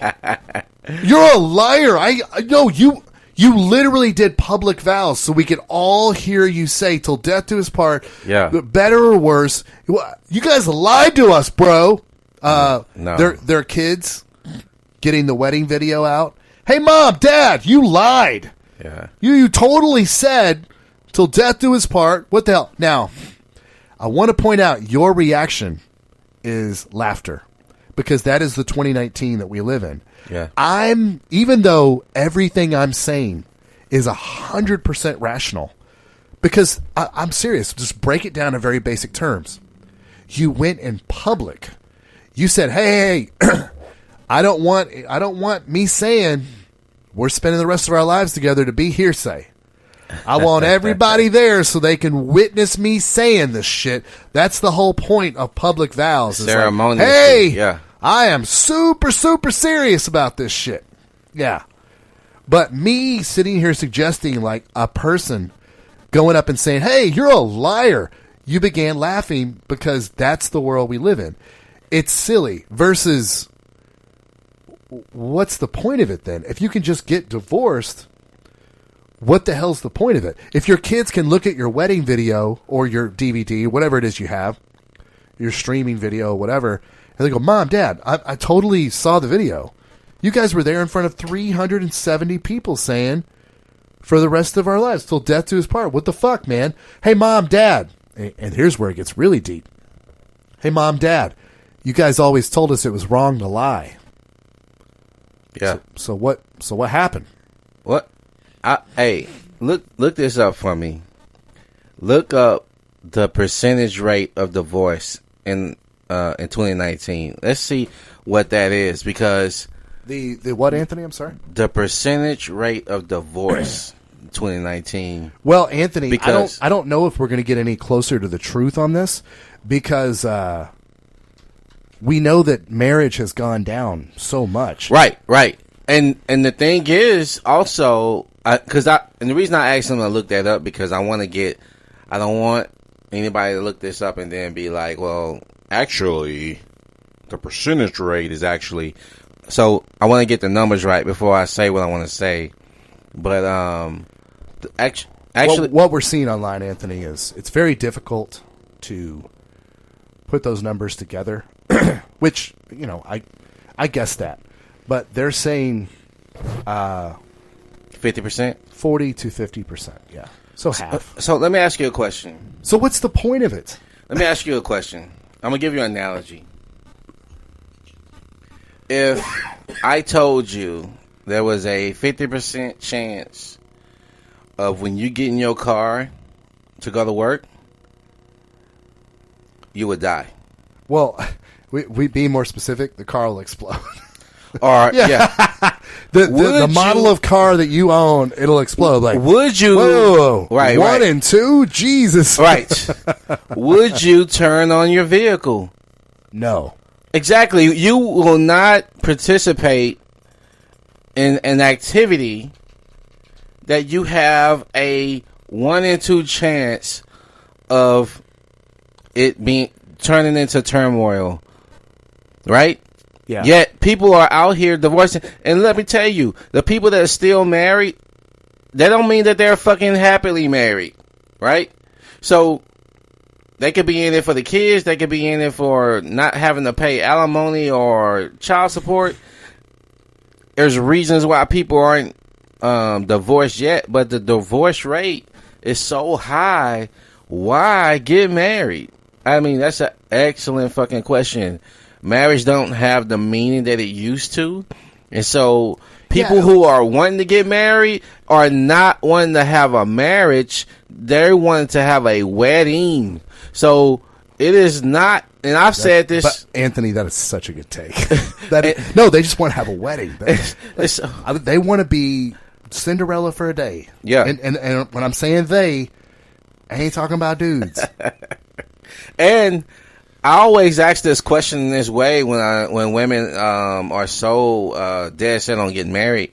I always ask, I say, wait, are you wanting to get married so you can be a wife, or you are already a wife and want to be married? Like, because you gotta have a wife mentality before you get married. It don't just come upon you because you signed some fucking documents, right? Or had a ceremony, you know, so it has to be in you to be a wife before you get married, before you actually get married, and then some magical wife shit happen to you. It don't happen that way. So I've got a stat for you, Anthony. What's that? The peak of people being married was in 1960. Ooh. When what percentage was that? 72% of the population were married. 72%. That's strong. Today, in 2019... That's why you can shame people for not being married at that time, right? Yeah. Like, what's wrong with you, girl? You ain't married? Yeah. In March of 2019 this year, 50% of Americans are married. That's down quite a bit. A quarter. What was that? 22%? Yeah. This according to WCPO in Cincinnati. WCPO.com. What's that, about 31% of people choosing not marriage? Look, it's not that women don't want to be married, right? I think it's more on the men. The men are not seeing the value of it, like you just asked. Well, then we have this issue. Women getting money for having children, they're not being married. So there's a monetary benefit to not being married now and having a child. So, right. Yeah, so now, I mean, we talked about this before, how men often single men and single women look at children very different. Single women look at children as money coming in. Single men look at children being born as money going out in the way of child support. Yeah, I mean, guys, these marriage statistics are alarming because when it's just easy to get a divorce, what does marriage mean? It means we loved each other so much we had a super expensive party. Right. That's all it means. Right. And I'm not trying to be nihilistic. I'm really not. I love my wife. But I'll come on this program and say, her and I did not have a wedding. Her and I are not legally married for the state of Texas. We literally had someone asked us when we were going to get married at a friend's house. And we were like, yeah, I guess she's my wife. I mean, we have a baby coming, so let me buy you some jewelry. And we just shook hands, and we just shook hands in front of these people that were giving us this shakedown, like, "Well, when's the wedding?" We just shook hands, like, "All right, we're married now. That's all good. That's it." Because we could easily just get mad at each other tomorrow, and be like, well, and then jokingly later that night, I was like, "You know what, chick, you pissing me off. We divorced now," and that's it. And that's really, I know that we're oversimplifying, but that is the world we live in. Marriage doesn't mean anything anymore. I want to help. I want us to collectively help lift the jaws of the ladies whose jaws unhinged after you explain. Do you really think they're that shocked? Am I that out of touch? Man, listen, man. There are so many people out here who don't understand that you can actually have an understanding with someone and not have to involve government entities. They wouldn't consider you to be married, right? Without someone else's. I literally just don't care. I wouldn't either. Well, and let me tell you, so social bullshit. I'll tell you a personal story on that, Anthony. So I was hanging out with a buddy of mine from Milwaukee. He was down. And by the way, before we get into the short story, I want to share this with you, Anthony. Do you realize the divorce rate between arranged marriages versus non-arranged marriages? What is it? The divorce rate of arranged marriages is less than 4% total. So they're saying more than 96% of arranged marriages don't end in divorce. So somebody else picked it. You didn't pick it yourself. And you don't get the choice to get a divorce. Right. You just showed up because you had to. And these people are treating it like it really is written down on paper. It's really a business arrangement. Right. It's definitely business. Yeah. I mean, because they have families marry each other families to keep royalties within a certain region. It's totally different. It's... So there was something I was reading as well, right? It was a reason why it was illegal to have white people marry black people, because if something happened to the white person, that wealth would transfer to the black people, and so that's why they made it illegal, because they were worried about where the money was going to go afterwards, that they didn't want it to transfer, right? So they made it one example of hundreds and hundreds of systematic racism in this country. But I understand when you're talking about the race. Grew up, you couldn't buy real estate in certain parts of the city because they only wanted the black people to live in one part of the city. Right. You know, I mean, it was there's hundreds and hundreds of examples of that. Well, that's what I was saying when they were talking about their arranged marriages and keeping it in one. Like you said, it was planned. It was planned by people other than the people that was actually getting married. And sometimes these are deals being made for somebody that's probably in debt with someone else. And they was like, hey, you have to marry my son or my daughter, and then we'll continue to be business partners, or your debt is clear, whatever, right? By the way, that is of June 30th, 2017, and that is from Google. I want to make sure that we're always citing our sources and we're not pulling things out of thin air. Gotcha. Before I go into the short story also, Anthony, what percentage of worldwide marriages do you think are arranged? Worldwide? Yeah. 60? That's a good guess, 53.25. So arranged marriages are typically, and by the way, I have not looked this up, but I think we know enough on the streets about arranged marriages. These are in cultures where divorce... Yeah, it's not even motherfucker, a question. Hell no. Like, it's not even a question. You do... I mean, so when you get married in those cultures, forever, it is like, nope. We are not playing. But see, that's what marriage used to be. That's what marriage used to be. Like, here in the United States, it's like you and I preach every podcast. You got to get up every morning and make the team. There ain't no way. No, sir. There ain't no way. I mean, and so what is marriage then? Why get up there and have a big charade? Till death do us part, sickness, sin, and hell. In your feelings. Yeah. Remember episode 1? Dude gets on his it's a K Jeweler commercial we ran. Begging the little What kid. do we think the percentages of divorce are for men that ask children for their permission? I want to go with 90 some odd percent. There's no way you are, as a man, will ever be able to be in a relationship with a woman where you're asking children that are not yours, by the way. Sir. Well, the short story that I keep teasing. So I had a friend down from Milwaukee, and this is a real short story.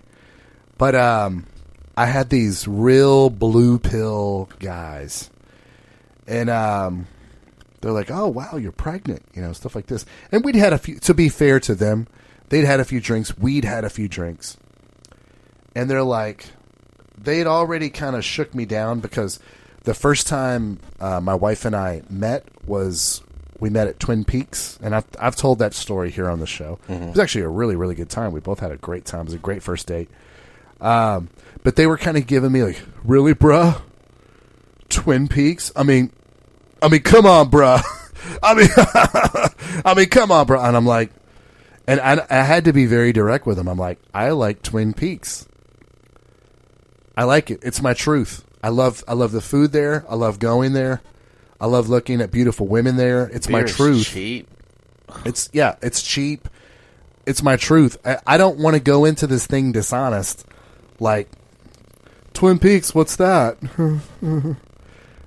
Yeah, so they had already kind of hit me up on that. And then they tried to have this sentimental moment with me, like, bro, and my wife is sitting right there. Bro, she probably won't tell you this, man, but she's sitting over there right now and she's scared. She's scared, man.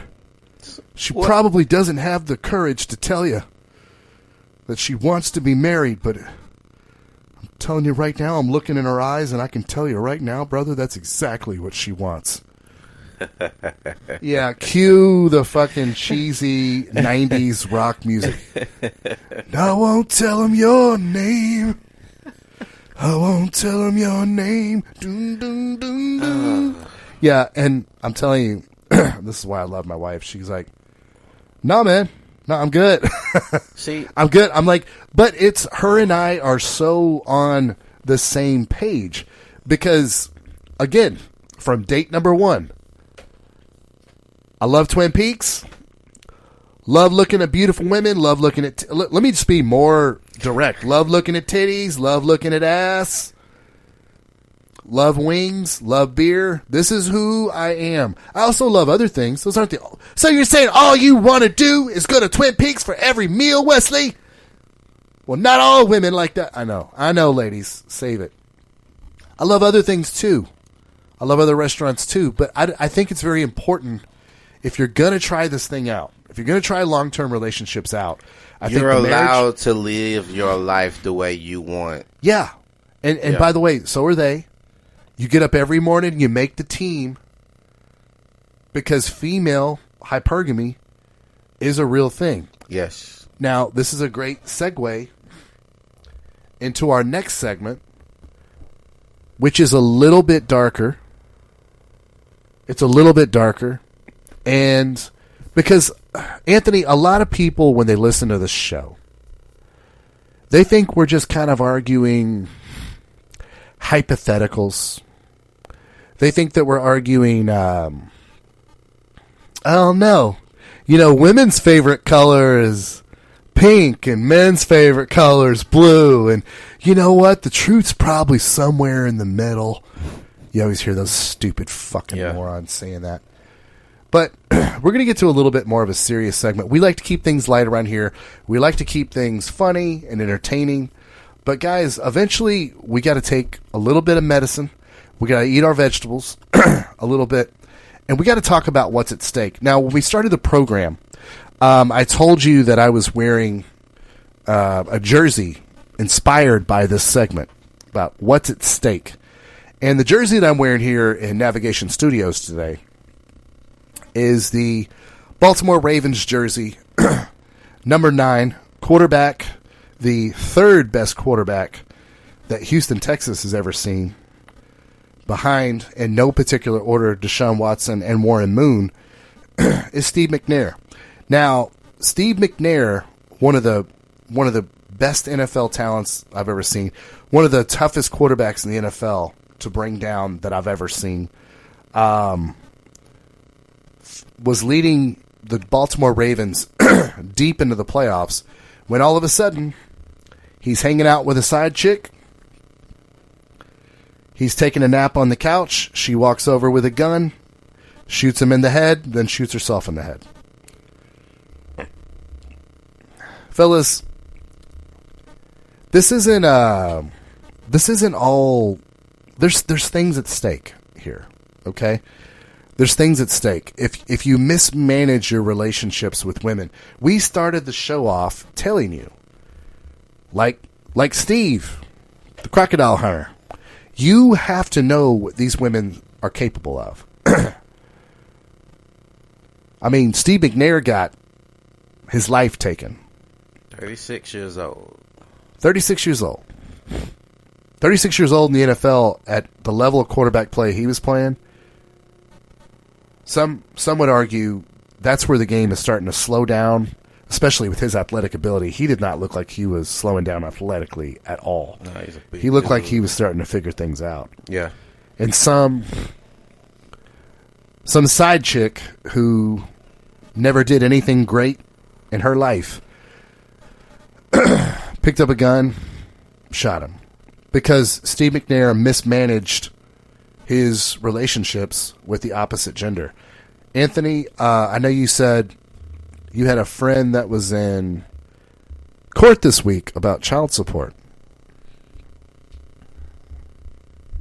Anything at stake for that gentleman? Everything. Well, at least he's getting to see his kid, right? No. Oh, really? No. So, what were they in court for? Just to arrange for him to see his kid? No. Well, because they don't handle that. They don't handle custody battles. You have to go to court. And in court, you got to have a lawyer to represent you. And that's $5,000 just for a retainer.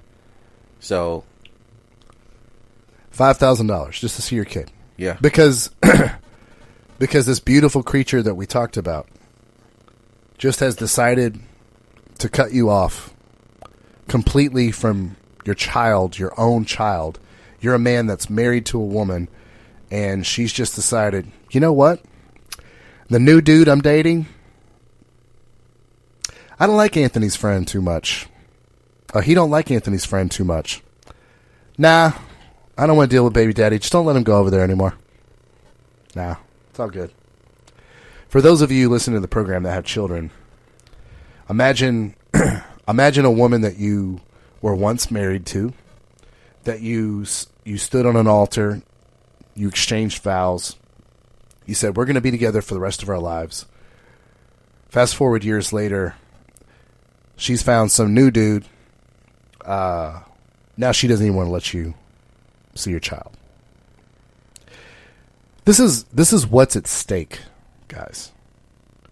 This is what's at stake. If you do not, and by the way, we're not saying, we said at the beginning of this program, we do not know everything. But if you don't actively seek out the knowledge on how to manage relationships with women, if you're just, like we said, feeling around in the dark. Right. Blindly. Just accidentally ending up wherever you end up. Or taking them at their word. Believing the bullshit of that we talked about unconditional love, where that's a false narrative. There's no unconditional love except from your mother, and not all mothers. So, you don't even get that. You don't even get 100% of moms right. give unconditional love. Yeah. So you have to be careful, man. You can't take marriage as a saving grace. It is not that at all. It is. I always say this because it's funny to me, but at the same time, it's sad when we talk about the happy and they lived happily ever after. And if that was true, why we don't see part 2 when they show that what happily ever after looks like? Oh shit! I knew. I mean, as soon as you said happily ever after, I was like, "Is Disney listening?" Here they come. What's on the docket? All right, Disney just DM'd us and said, "We have trademarked the term happily ever after." You guys are not allowed to use that phrase on this podcast. # cease and desist. All right. Here we go. Got legal. We got to get our lawyer involved. We'll holler. Just to say happily at the end of the story. Wow. There we go. We'll change it up. So, never happy ever after. Because there's a pretty big chance that the situation that got you there isn't what's going to keep you together, right? So I'll say any relationship worth its weight goes through some sort of struggle before you have a final commitment to say, you know what, I trust this person. We've been through XYZ, and I can predict how this person will react in the worst of times. They've shown everybody can be cohesive in the best of times, right? Everybody can, if I give you all the answers to the test before the test, you'll probably do a good job. But had I do a pop quiz on you, something unexpected, how would you respond? And if I give you a person who you told me I trust 100%, I'll give this person my wallet. I won't have to look in my wallet when they give it back to me. I trust this person that much. But that would be 99 times out of 100. That would be your spouse, right? Yeah. But I had said this to someone. I don't know if it was you this week, but I said if you want to know who the person is truly, sit across from them in a courtroom in front of a judge. You'll never know the person until you find yourself in that scenario and they're about them and they don't give a shit about you. And it doesn't matter what they say about you in that scenario because they're only about player one, as you so eloquently said it earlier, Wesley. Player one has entered the courtroom. Plaintiff, do you have anything to say? Yes, Your Honor. Up, up, down, down, left, right, B, A, select, start. Thank you. The defendant, do you have anything to say? Sega! You have to be a certain age to get that joke. But I was going to share a personal story on what's at stake here, and I've shared parts of this story on our podcast before, but just so we have a a real thick timeline. And we're on episode 5 now, Anthony? 5. So you guys can always go back to episode 5 if you're ever looking back in Wesley's past. And you know what? For some of you ladies, you can hear this story and be like, see, that's why he hate women. That's why he hate women, because that happened to him when he was a kid. That's why he hate women. That's why he hate women. Yeah. Ladies, sounds clever, but the only thing is, I'm not the only person that this kind of things have happened to. But do you hate women, Wesley? Like, oh no, not at all. I have a daughter, man. Right, I think women. I love the opening of the show where we're talking about. Think of this as the Crocodile Hunter. You know, I'm not going into a situation. It's like his name is Steve. Why do we always do this? Why do I know, right? I always talk without having the facts. When you say it, I'm gonna be mad, man. Anyways, so we were Steve Irwin. Steve Irwin, that's right. So Steve Irwin. I mean, this guy was constantly around dangerous creatures, and called the Crocodile Hunter. I mean, the crocodile is one of the most dangerous creatures on the planet. I mean, we've all seen the big wildebeest migrations. You beat me to it. It's like they're the last dinosaurs left. A crocodile coming out of the water. It's one of the most dangerous things on the planet. And somehow Steve Irwin had the ability to see this dangerous thing and see the marvel that it is, because it is. It's a marvel. Women are not marvels. I wouldn't say that, but there's certainly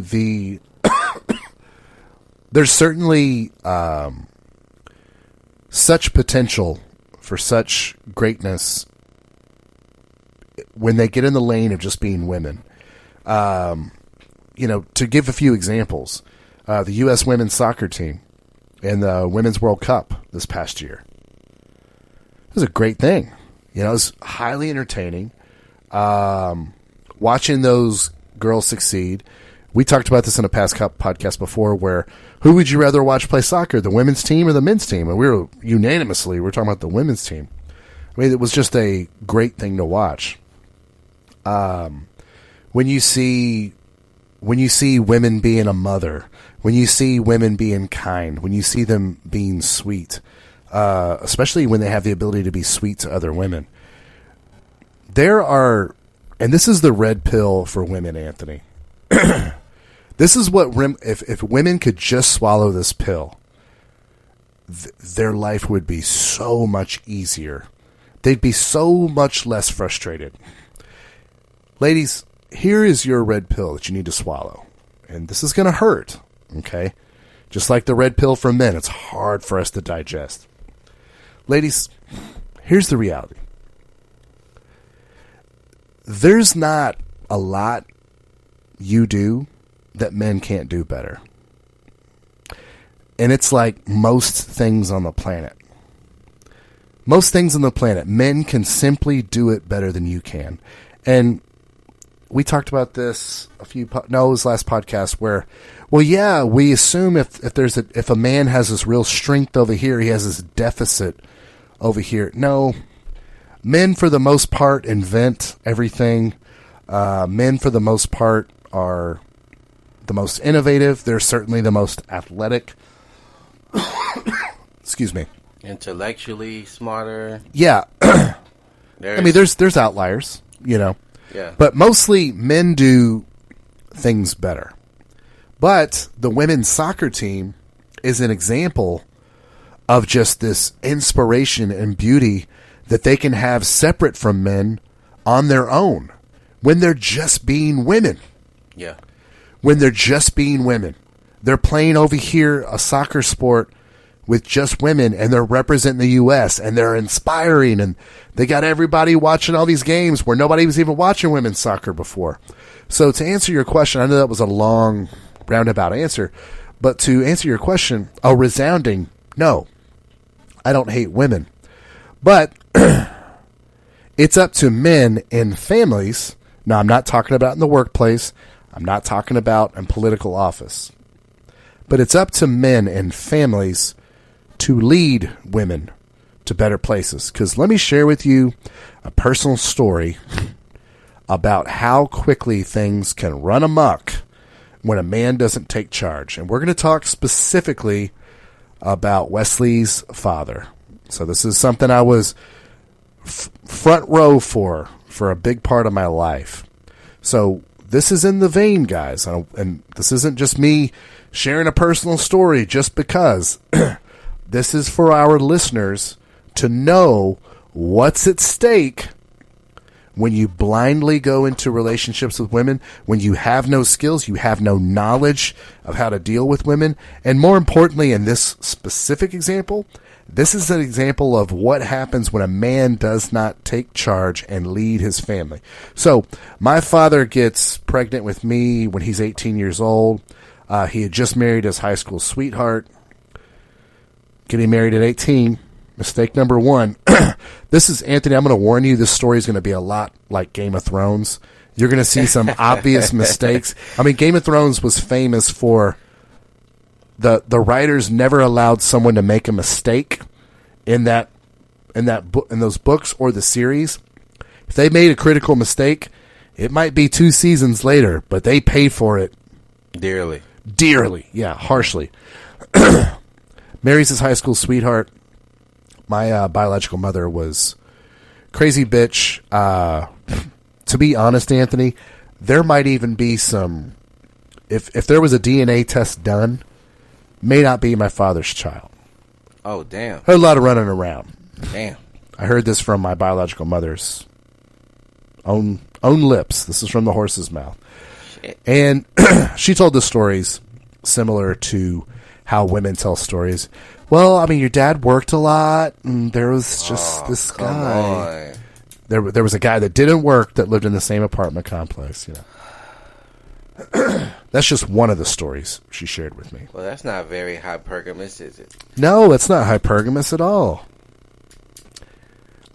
Do you think that guy made less money than my father, or had? Yeah, I think less. Well, I don't know.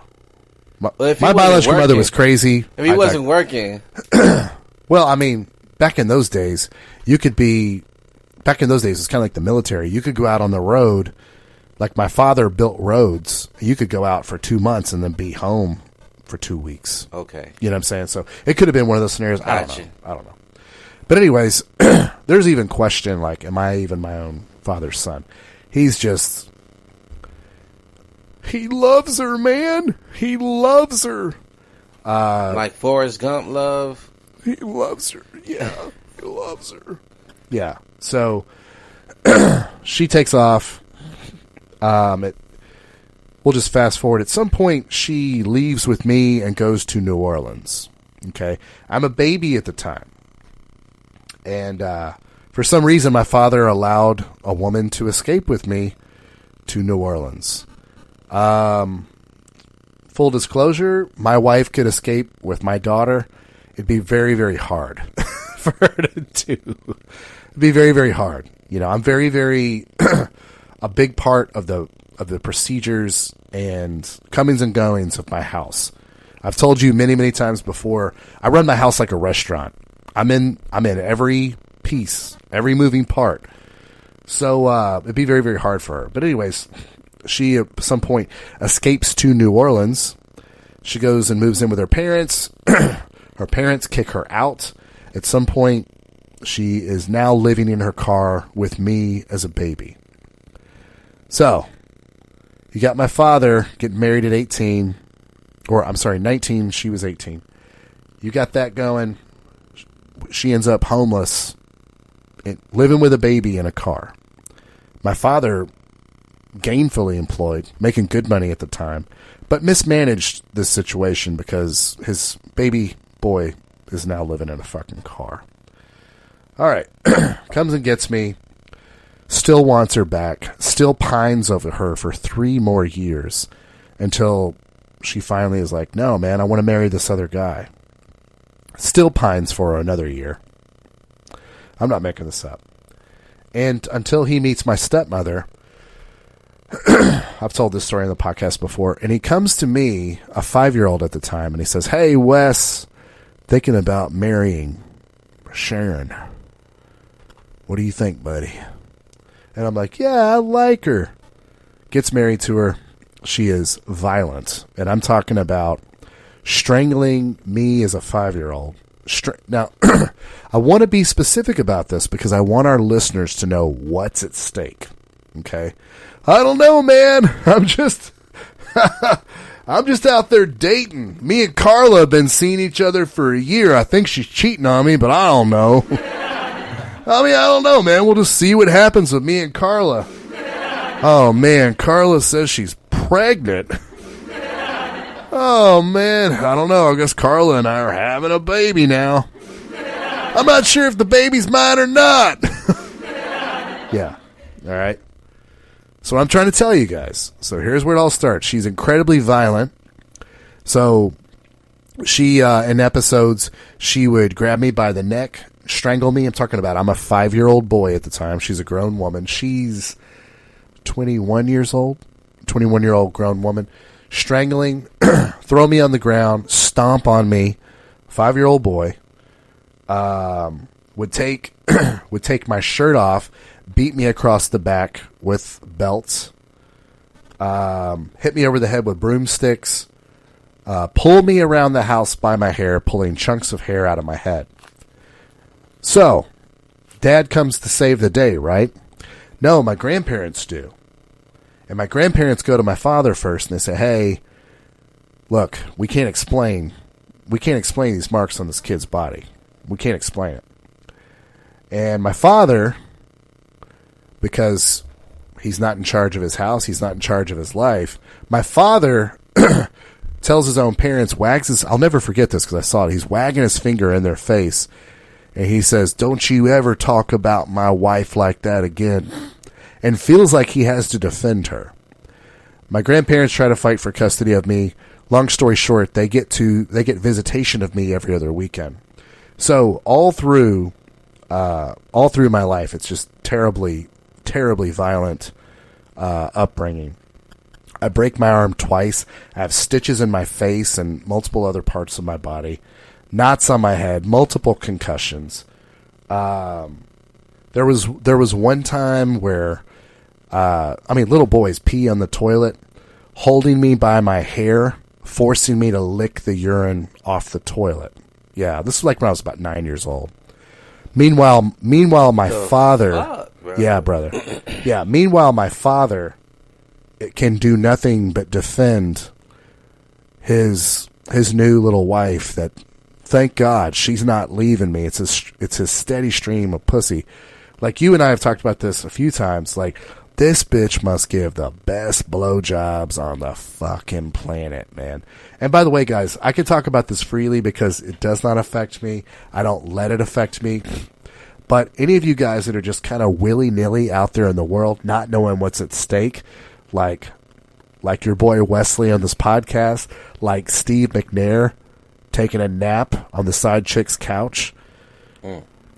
Guys, there's real things at stake. I mean, I had to leave my house when I was 16 years old to try to go fend for myself. Fortunately, it worked out. Fortunately, I was sharp enough to still go to college later and graduate.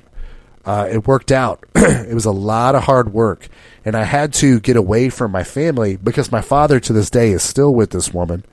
And still, because she doesn't have me around to mentally terrorize, she terrorizes my brothers and my brother's children because she's got to lash out at somebody because the bitch is fucking nuts. And my father all the while just defends her, Anthony. She has got him wrapped around her finger so much that he's put his entire family through this kind of shit. And Anthony, there are kids that have it way worse than I ever did. Today, right now, 2019. Yeah. Even as sensitive as we are towards kids and their safe spaces and all that kind of shit, it's still going on.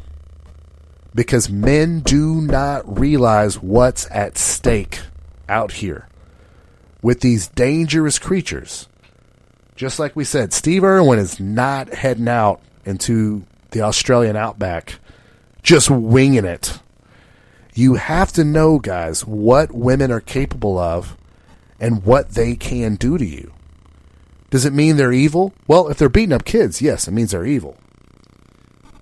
But I'm still convinced, knowing what I know about men and women and relationships and as much reading and as many podcasts and videos and documentaries that Anthony and I watch, I'm convinced that if my father had taken that bull by the horns day one, one of two things would have happened. He would have either left that bitch and had no kids with him, or he would have gotten her in line. Yeah. That's what's at stake here, guys. People getting killed, violence towards your children. The example you used earlier, having your children taken away from you. And Anthony, we were teasing why that person was in court. They weren't in court so that the father could see his kids or arrange him seeing his kids. They were in court so that bitch could make sure she was still getting the same amount of money, even though the guy that we're talking about, his pay had gone down. Yeah. Guys, this is serious, serious business. It's serious, serious business. People losing their lives, people losing the ability to see their kids, violence towards children. If you do not control this, if you do not make it your business to learn about what can happen between men and women, especially you young fellas out there, we're here to tell you, guys, we're not trying to gross anybody out. We're not trying to scare anybody. What we are trying to do is communicate to you how serious this stuff is, because this is the kind of shit romantic comedies aren't going to teach you. No, it definitely won't. It definitely won't draw light to hold women accountable when it comes to their actions being brought to light, as far as what the aftermath looked like when they go off into these fucking emotional tirades, or have a player one mindset about, I'm only about getting mine and how this affects me and how can I get the most out of the situation. We were looking at 90 Day Fiance, and we saw with the rich guy and the young girl. Yeah.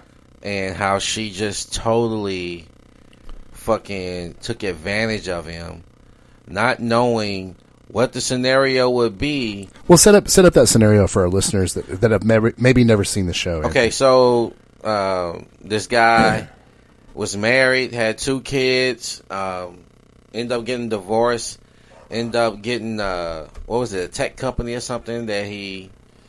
I've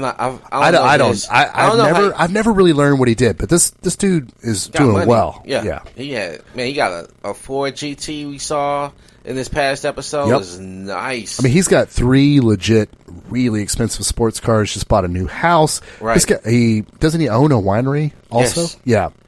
That's just one of his businesses. The guy is he's doing okay with life, right? Yeah. So he has a girlfriend that he meets in Brazil, and she's attractive. You know, she's tall, good looking. He gives her a credit card so she can have access to money if she needs it. If you're not familiar with Brazil, it is not like America. Things are a little different when it comes to how you live your life. Well, we could call Brazil a third world country. Yeah, I didn't want to say. Well, I mean, yeah. For sure it is. So he gives her a credit card. She abuses it. She buys a car on the credit card, and without asking, by the way, she just does it because what was her excuse? she didn't know how the relationship would end. So instead of coming up with nothing, if her visa doesn't come through, at least she'll get a car. And how shitty that was, man. Like, she was 2 weeks away from coming to America that she knew about. This wasn't a guess. This was am I going to go to America with nothing? Or if I stay, and she even said, I'm building my life here in Brazil. In case this visa don't come through. If it don't work out, at least I have a car to show for it. Because this sucker gave me his credit card. And he said, that is for you if you need something. Because she actually shared a story about people move all the time in Brazil because they can't afford the rent. So they got to move and go somewhere else. So these people are poor. But yet she's taking advantage of a guy who's trying to help her, right? So, again, man, you're putting yourself in these positions where you're saying, I'll trust this person because she says she loved me. Is that all it takes? It for me, it's more. Like, I ask women, like, what's the value in marriage these days? We was talking about, I ask women this question, and they tell me all the time, you get love, companionship, encouragement. And I said, you know what? Okay, cool. Is that worth 50% of my income for the rest of my life? Yes, Anthony. Yes. It's not. The value don't match. The value doesn't match. Yeah, is it worth 50%? I mean, ladies, you know what you could do, and I bet all these arranged marriages don't have this issue. I bet in these arranged marriages, women know exactly what they're bringing to the marriage. Who's going to cook? Who's going to clean? Yada, yada, yada. I mean, yeah. Women you're would talking be... You're talking about overseas, too, where the culture is more conservative. There are gender-specific roles, right? And women are actually brought up and taught, and they see examples of those roles being played out. Where now, here, women are just empowered. Be you, girl. Live your best life, girl. Women are told to go to college and get a degree you're not using for a job that you're not going to get, and then be in debt and bring that debt to a man. Because women, ladies, be honest, are you out of debt when you're looking for this marriage? You're bringing debt to the table of a guy that you're telling that your encouragement and love and what partnership is worth 50% of his income. And by the way, I got this debt we might want to throw on the table. Yeah, I think in the Western world, we live in a world where when it comes to marriage, I'm not talking about careers. Okay, we could agree that nobody tells a man, you go to college to learn how to be a husband, right? No. Okay, so somebody needs to tell women the same shit. Right. Do you see what I'm saying? Yeah. Like women, ladies, college is for your career shit. Just like cheerleading ain't for your career shit. That's for athletics and cheerleading. Yeah, but I know this one cheerleader, Wesley, who went on to be a cheerleading coach, and now she runs her own cheerleading studio. And I know, not all women, I know.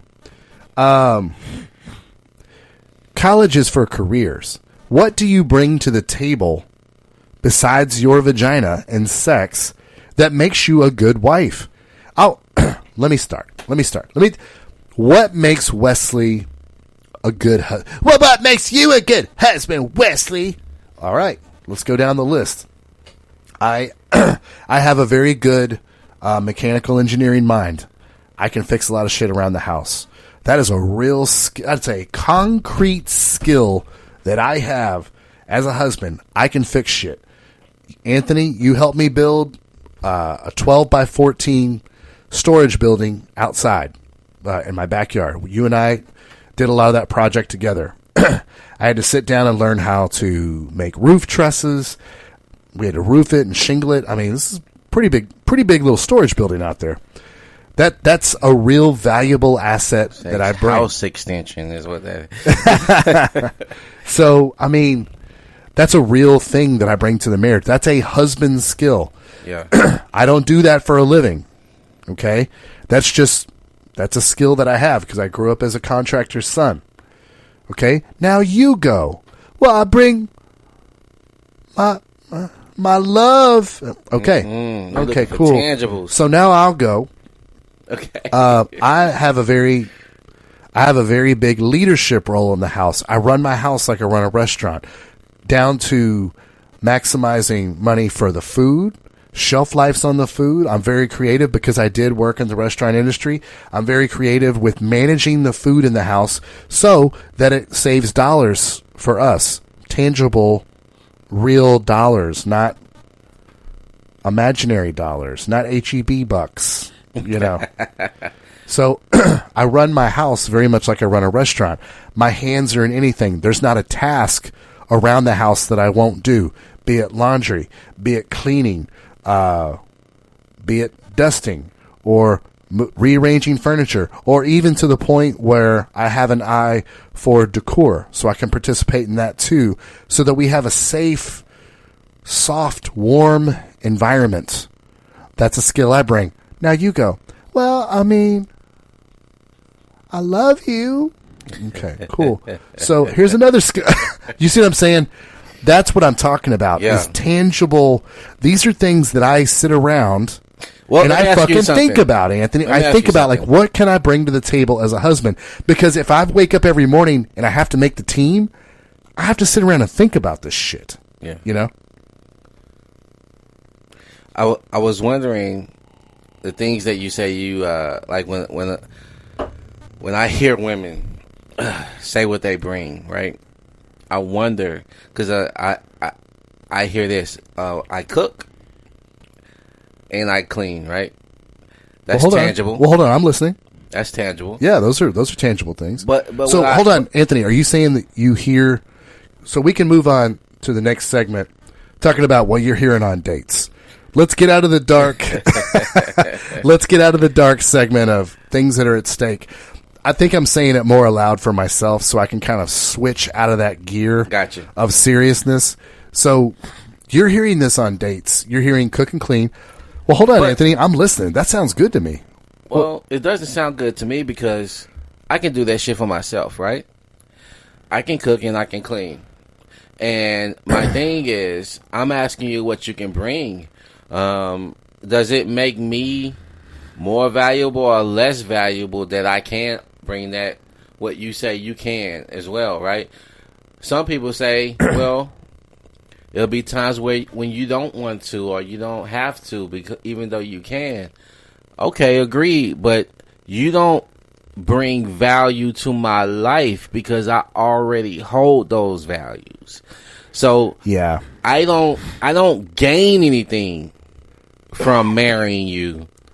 I'm not gaining something. Like if you should compliment me in some form or fashion, and I shouldn't be paying out, because when I'm bringing, let's say I'm adding you into my life, it shouldn't be a negative. It shouldn't be negative, right? Well, you are getting more bodies for the job, though. I mean, certainly, like if we were using an extreme example, well, we'll talk about the storage building out back. If I did that by myself versus having you and others there, way different. I mean, it takes me a lot longer to do it.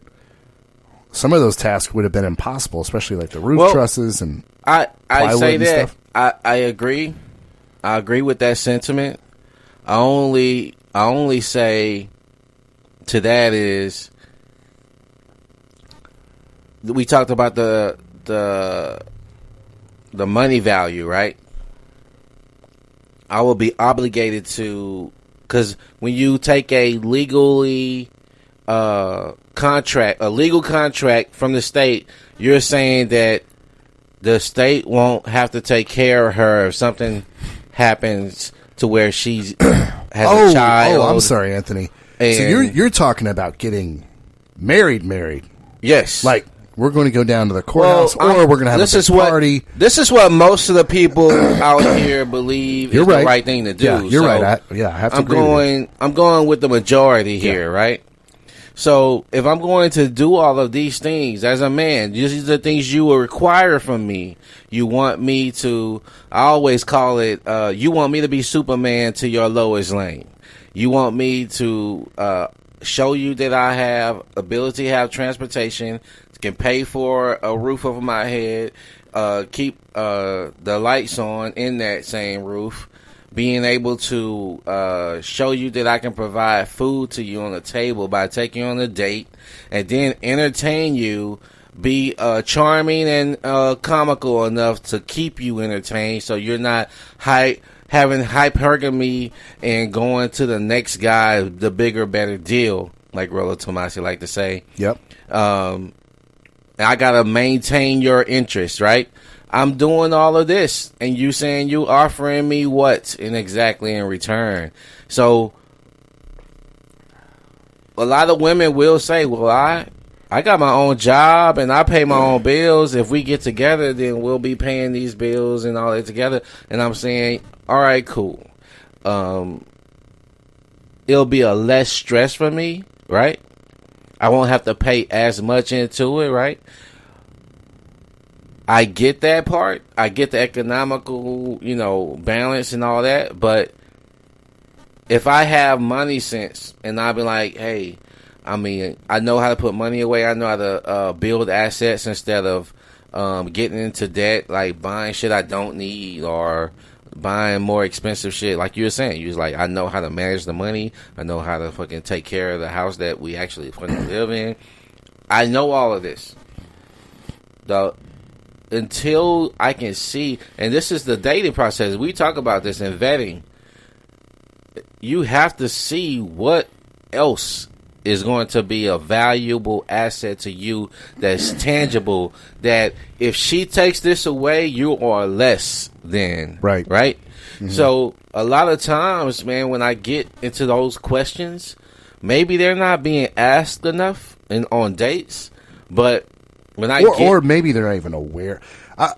Because the thing you're really challenging me right now, because I'm like, if I ask my wife, what do you bring to the table, that Wesley doesn't already have, she probably wouldn't be able to answer the question. I can answer it, but she probably can't answer it. The more and more we do this podcast, the more and more we see asking a woman how she feels about something or what she wants. She can do that. Well, they're just so unself-aware yeah. of everything. So, yeah, I think on first dates especially, you're going to have a hard time with this, man. You're going to have a really hard time with this. Well, it's part of my vetting. I do agree, man. Sometimes I have to go back to Corey Wayne and just have fun. Hang out, right? And hook up. So I have to remind myself to enjoy it, right? But also, like I said, I'll run into a female that will intrigue me, that will offer more. And so I kind of be like, man, hey, that's what our listeners want to hear. Tell us one of those stories. Okay. So you're on a date and you're like, whoa. Yeah. This chick made me think about something. Yeah. I typically, about me, man. I don't have popular religious views, right? So I'll try to avoid those conversations, right? I'll try to take that somewhere else and try to lead the conversation towards something more about traveling. They love that shit. Fashion. Anthony, I don't know if you know this. I'm really passionate about travel. I can't wait until I'm so passionate about travel. we discussed, because we got show ideas about what we're gonna bring to you guys, and one of the show ideas I want to talk about is like reading female dating profiles on here, so we can. Anthony, I can't wait for that segment. Anthony, oh my God, like you just got me like giddy about it because speaking of which, and I don't want to get sidetracked from your story, but these hoes swear that they are unique because they love travel. Wow. Listen, ladies. Everybody. So listen, ladies, please listen up real quick. We're going to let Anthony get back to his story that's far more interesting than the bullshit y'all put in y'all's dating profiles. Listen to me. All you ladies that think that you're passionate about travel and it makes you different, listen to me and change your shit. Everybody loves travel. Everybody. Literally, everyone loves travel. Everybody. Not all women. There's this one girl I know, ladies. Send me your emails about your fucking outliers. Everybody loves travel. That's why travel agents and airlines and there's not just one industry surrounding travel. There's multiple industries that thrive on people loving to travel. Yep. These bitches that got on Instagram thinking that they thought of some new shit, they never cease to amaze me. They think that they're like reinventing the fucking wheel. I don't know. It's Anthony. It's just a little different. I just don't know. I'm a little passionate about travel. Since I was a little girl, I wanted to go to Dubai and then travel around the world. I want to see all the continents. And oh my God, here's a picture of me at the Louvre. And so they won't let you take pictures of the Mona Lisa, by the way. The new thing on dating profiles is like, if you don't have a passport, swipe left. And it's like, why, bitch, are you going to take me somewhere? Oh, no. Right. You want me to take you somewhere. Exactly. That's exactly what it is. And that's why exactly it's repulsive to see all the time, over and over and over again. It's like, bitch, I just think about this, man. We're talking about strangers that you're meeting. You're looking like dumbasses. You're signaling to a stranger that you are about being like, if that's what you want somebody to fucking because they call, this is a new one, they want a guy who's generous. And when I say a new one, it's because you see the shit over and over and over and over again. Women are saying that I want to be generous. Again, that's a tease for what we'll get into. It's not what this segment's about, but yes, it's fucking ridiculous, man. And that's why, Anthony, we get so sidetracked at times in our podcast because there's endless stuff to talk about on the spectrum. Oh, yeah. That's why we're so interested in it. I have never, you know what? Every once in a while, I'll see a guy in that lane that women are in pretty much 100% of the time, of this lane of like, do for me. Like, if you don't have a passport, in other words, if you can't take me out of the country, swipe left. The only time I see that in men is when I see a dude who is like 425 pounds sitting on the couch with a beer in his hand and we're watching the NFL and this big athletic tight end will like drop a pass and that 420 pound dude who's never played sports and is like, I can't believe he dropped that ball. Oh my God. It's like, dude, you wouldn't be able to catch a beer, an unopened beer, if I threw it at you, much less running around out there on the field. I mean, that's what women look like. They're like, yeah, I'm judging other guys. I'm judging other guys because they can't do shit for me that I can't do for myself. That is the most important part. They can't do this shit for themselves, but if you can't do it for them, forget about the fact they can't do it, but if you can't do it, what a loser! Yeah, I really. This is the hypergamy episode, right? Yes, I despise that shit so much. it gets in my craw just like the 5-foot female who wants a 6'2", 6'5" guy.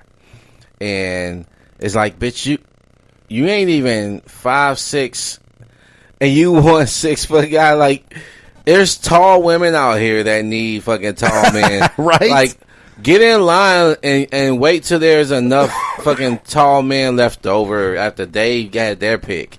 But get your short ass and your 6-inch heels ass, because they'll wear all these tall heels, right, to put height on them and to say, well, I love heels, so you gotta be this height. And it's like, bitch, if I met you at a bar and I charmed you and I gave you I increased a desire for you to want to be around me because that's just the motherfucker I am, my height will be a non-issue. But you got this list. I still don't understand a human's ability to be 5 foot tall and be like, haha, you're not even 6 foot tall. Bitch, you're 5 foot tall. You ain't even 6 feet. So wait, what you the fuck can't are we take talking me about? overseas? What a loser. Ladies, y'all are in the same lane as a homeless dude making fun of somebody because they got the low level BMW and not the higher level one. It's like, motherfucker, you are homeless. Like, but Anthony, we digress.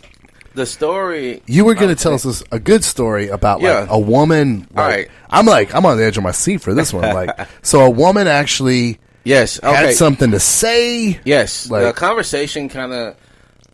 Sometimes I'll ask a question and I'll test the intellect of a woman, and I'll dive deep. You know, I'll ask some questions. When most dates have a, you know, where are you from? Where do you live? Do you have kids? Do you have siblings? All boring bullshit, right? Shit that's, I guess, is important. But one of the things that I like to ask on a date, for me, is like, what do you value most in friendship, right?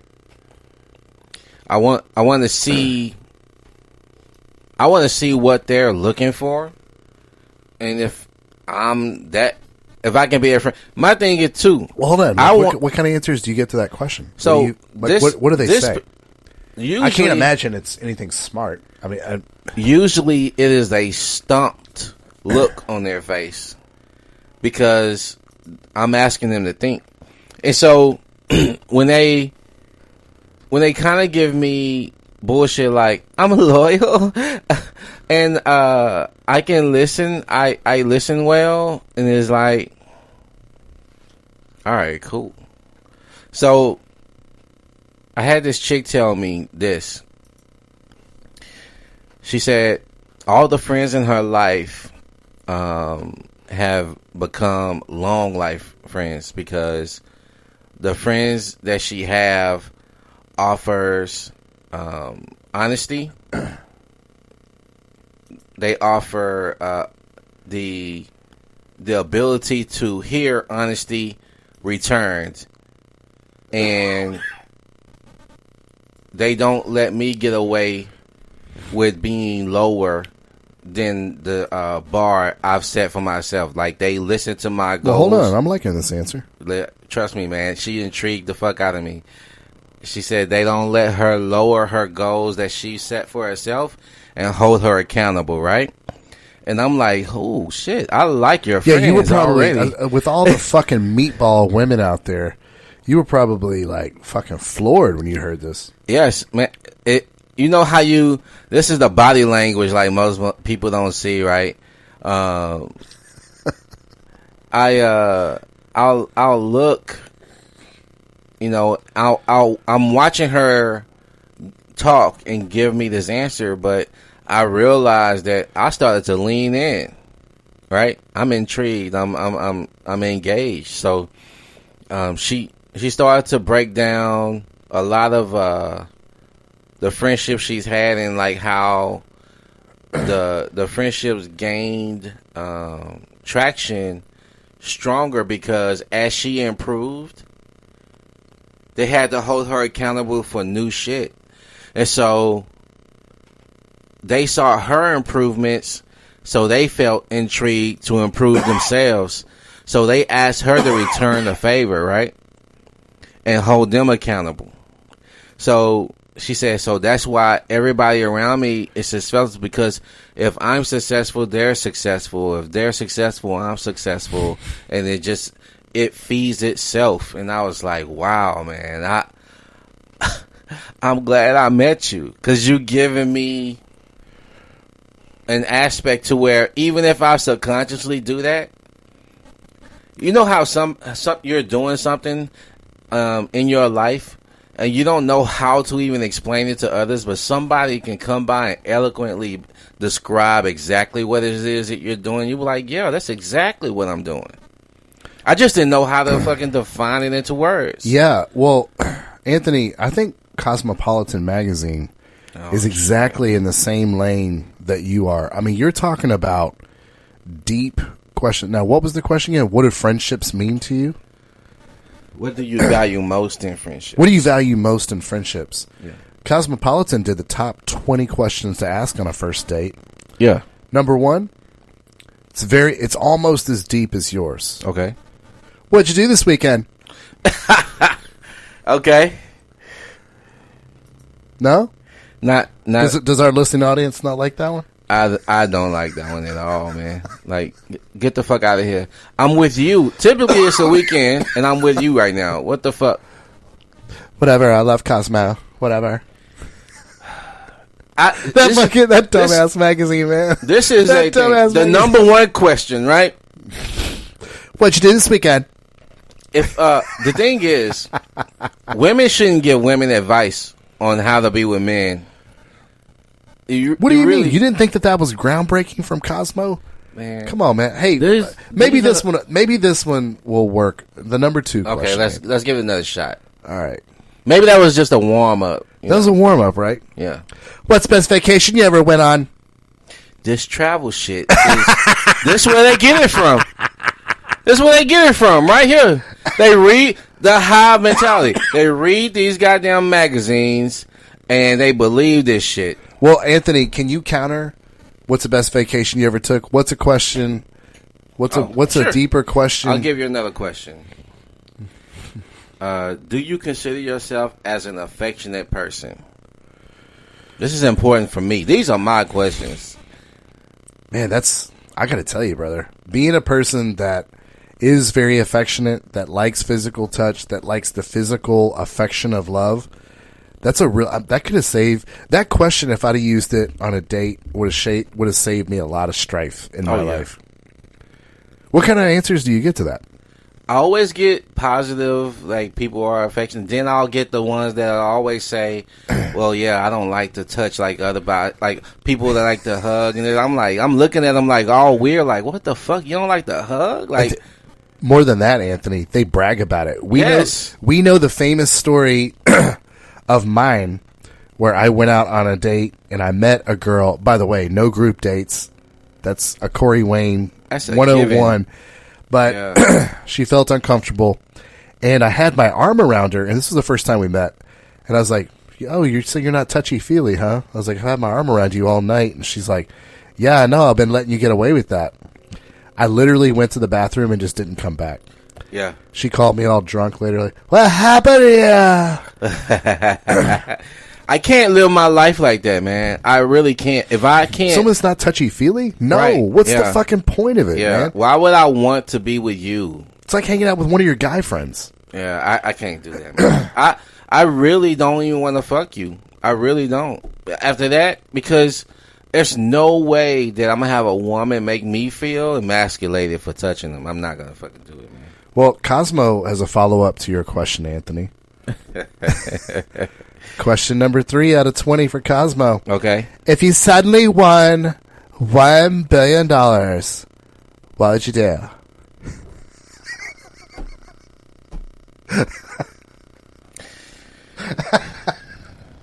These are deep, insightful questions, deep. Anthony. What's the problem? Golly, man. All right, Anthony. All right, we'll try to do a second one. Maybe we was just talking about it, and so we're talking about affectionate. Normally, I'll follow that up with the 5 love languages book. Right. And typically, most women have actually read this book. It's not very common that women don't know about this book because are you familiar with it? The 5 love languages? Yeah. Oh yeah. Okay, so I want to know if they understand what their love language is, right? Well, so this is where fuckery gets, because I don't know if you've ever seen in our group 30 plus the Renaissance. What's your love language? Well, I'm a cross between physical touch, personal time, gifts, and they name all the 3 of the 5. Motherfucker, which the most dominant one? Well, no. I also like acts of service and these are a lot of love languages. Yeah, you can't. Monopolize. To me, that's an IQ test. If they, what's your love language? Right, they can't. Singular, They can't, not get plural. Yeah. Well, I'm sorry about, acts of service and also physical touch, but also gifts and. It's funny when you get into groups like that where they start to fucking pick a lot of fucking languages because it's like, I don't only want you to do that. Because it's yeah, that's what they're trying to communicate. They've never taken the test to know themselves. They have no interest in knowing themselves. They ain't got time for that. Player 1 has got to level up their gun. They got to level up their armor. They ain't got time to slow down and be introspective for a goddamn second. Hey, you might like this, Cosmo. Okay. Number 4. I'm not really hating this one. This might be a good one for you to add, Anthony, since you're out there in the dating world. What's something you believed a year ago that you'd be a little embarrassed to admit right now? That's a good one. Because if they have a solid answer, this is a person that's introspective. Because this is a person tells me trying to self-improve. Right. Trying to learn more. Trying to seek information, not affirmation. And see, I would love a question like that. Because like when you read it, it made me think. I'm like, So, I would love that question, actually. Yeah, I don't know why as much so as we made fun fucking- of Cosmo, I like it. I don't know why it's so deep on the fucking list, but Well, no, it's number 4. Number 5 is, what's your best friend like? That's kind of your question was better the way you phrased it, but it was kind of alluding to the same thing. I like specific, because I'm an analytical person. I like specific points of what I'm talking about because I don't want you to generalize the question. Yeah. I mean, generalizing, you can learn more about a person, but then you can just get into, it's just fact finding. It could be a fire me. hose of information. Right. And you don't really get forever. to hone in. I have one ultimate question. Whoa. This is your main one? Yeah. Okay. This is the one I actually break down into why I asked this question. Oh, okay. So I'll finish my last 2 questions that I asked that are my top 5 questions. Are you more positive than most people? Is one of my questions. Because we were talking about the nice woman. Yeah. I want to know your mentality. And even if you say you're not, you don't think you are as positive as most people, are you balanced, right? I want to know. So I'm curious about that. And the other one is, what does your family dynamic look like? Ooh. Now, when you're asking that question, are you leaving it open for them to interpret their immediate family, siblings? I want them to give it to me, and then I'll dig into where I'll lead it towards more what I'm looking for, because I want to know if she has a mother and father in her life. It doesn't matter. I just want to know. And if she has if her father, are they divorced? Are they married? Or if she has a real good relationship with her father, it's probably going to deem well for me, right? Like I'm I'm probably going to be a little bit more in tune to, okay, she has a good relationship with her father, so she don't really despise men. She don't see men in a negative light. You know, there was a man model around, right? Yeah, for our younger viewers, it's important that we point out, Anthony and I, when we were dating, we always wanted to try to get to the answer of what was their relationship like with their father. Yeah. Was it positive or negative? Guys, it's almost, excuse me. Sorry, guys, I've been a little sick. It's almost always true that a woman that has a positive relationship with her father has a lot less baggage. Yep. It's almost always true that women that grew up in a house where the parents did not get divorced, it's almost always less baggage. Yep. Almost always. So it is important to vet women in this way. But I'm gonna get to this ultimate question, man. And well, dude, I love this vetting. You know what I love about it, though? I love that it's very covert communication. yes, you can You're easily learning to, slip this in.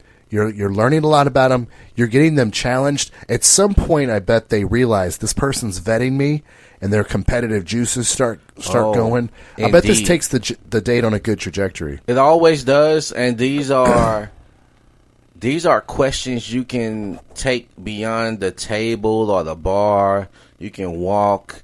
You know what I'm saying? These are in-depth questions where you actually start building rapport.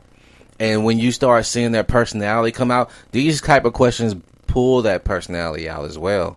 Because they can't hide behind a yes and no question or an easy one word, one sentence question. You can't answer these questions. And if you do answer these questions real short, there's no attraction at all. You know. Well, it seems like, I mean, this is clearly, because you've got these in your phone, you clearly were very deliberate about architecting these questions. Yes. Yeah, so short answers almost kind of seem silly, right? Yeah. Like, yeah. Now, hold on. I mean, I don't want to get sidetracked because I know our listening audience is on this edge of the seat because you have this one ultimate question. Like, yeah. I can't wait to hear this. Okay. So we're on a date with somebody you want to be romantically into, right? So I do ask this question kind of where this is like if I'm feeling them and, you know, we got a vibe going, I'll go this way. And the question goes, if you had a magic wand, how would your love life look like? So if they can give their perfect scenario what their perfect love life situation looks like, that gives. And think about this. Let's think about how human brains work. When they think about this, they're with you, and you're the one who asked this question. So they're envisioning you in this scenario, right? So, especially So you've been vibing. It's so illuminating of how they want their life to look like, too. Yes. And you can immediately, I'm sure, as soon as they answer, ask yourself, do I fit this or not? Exactly. So what I was going to break down for women on why this question is illuminating. This question can go for men or women. Women can ask this question or men can ask this question. But what it would do is if I would break this question down before I ask it, I would say, you know what?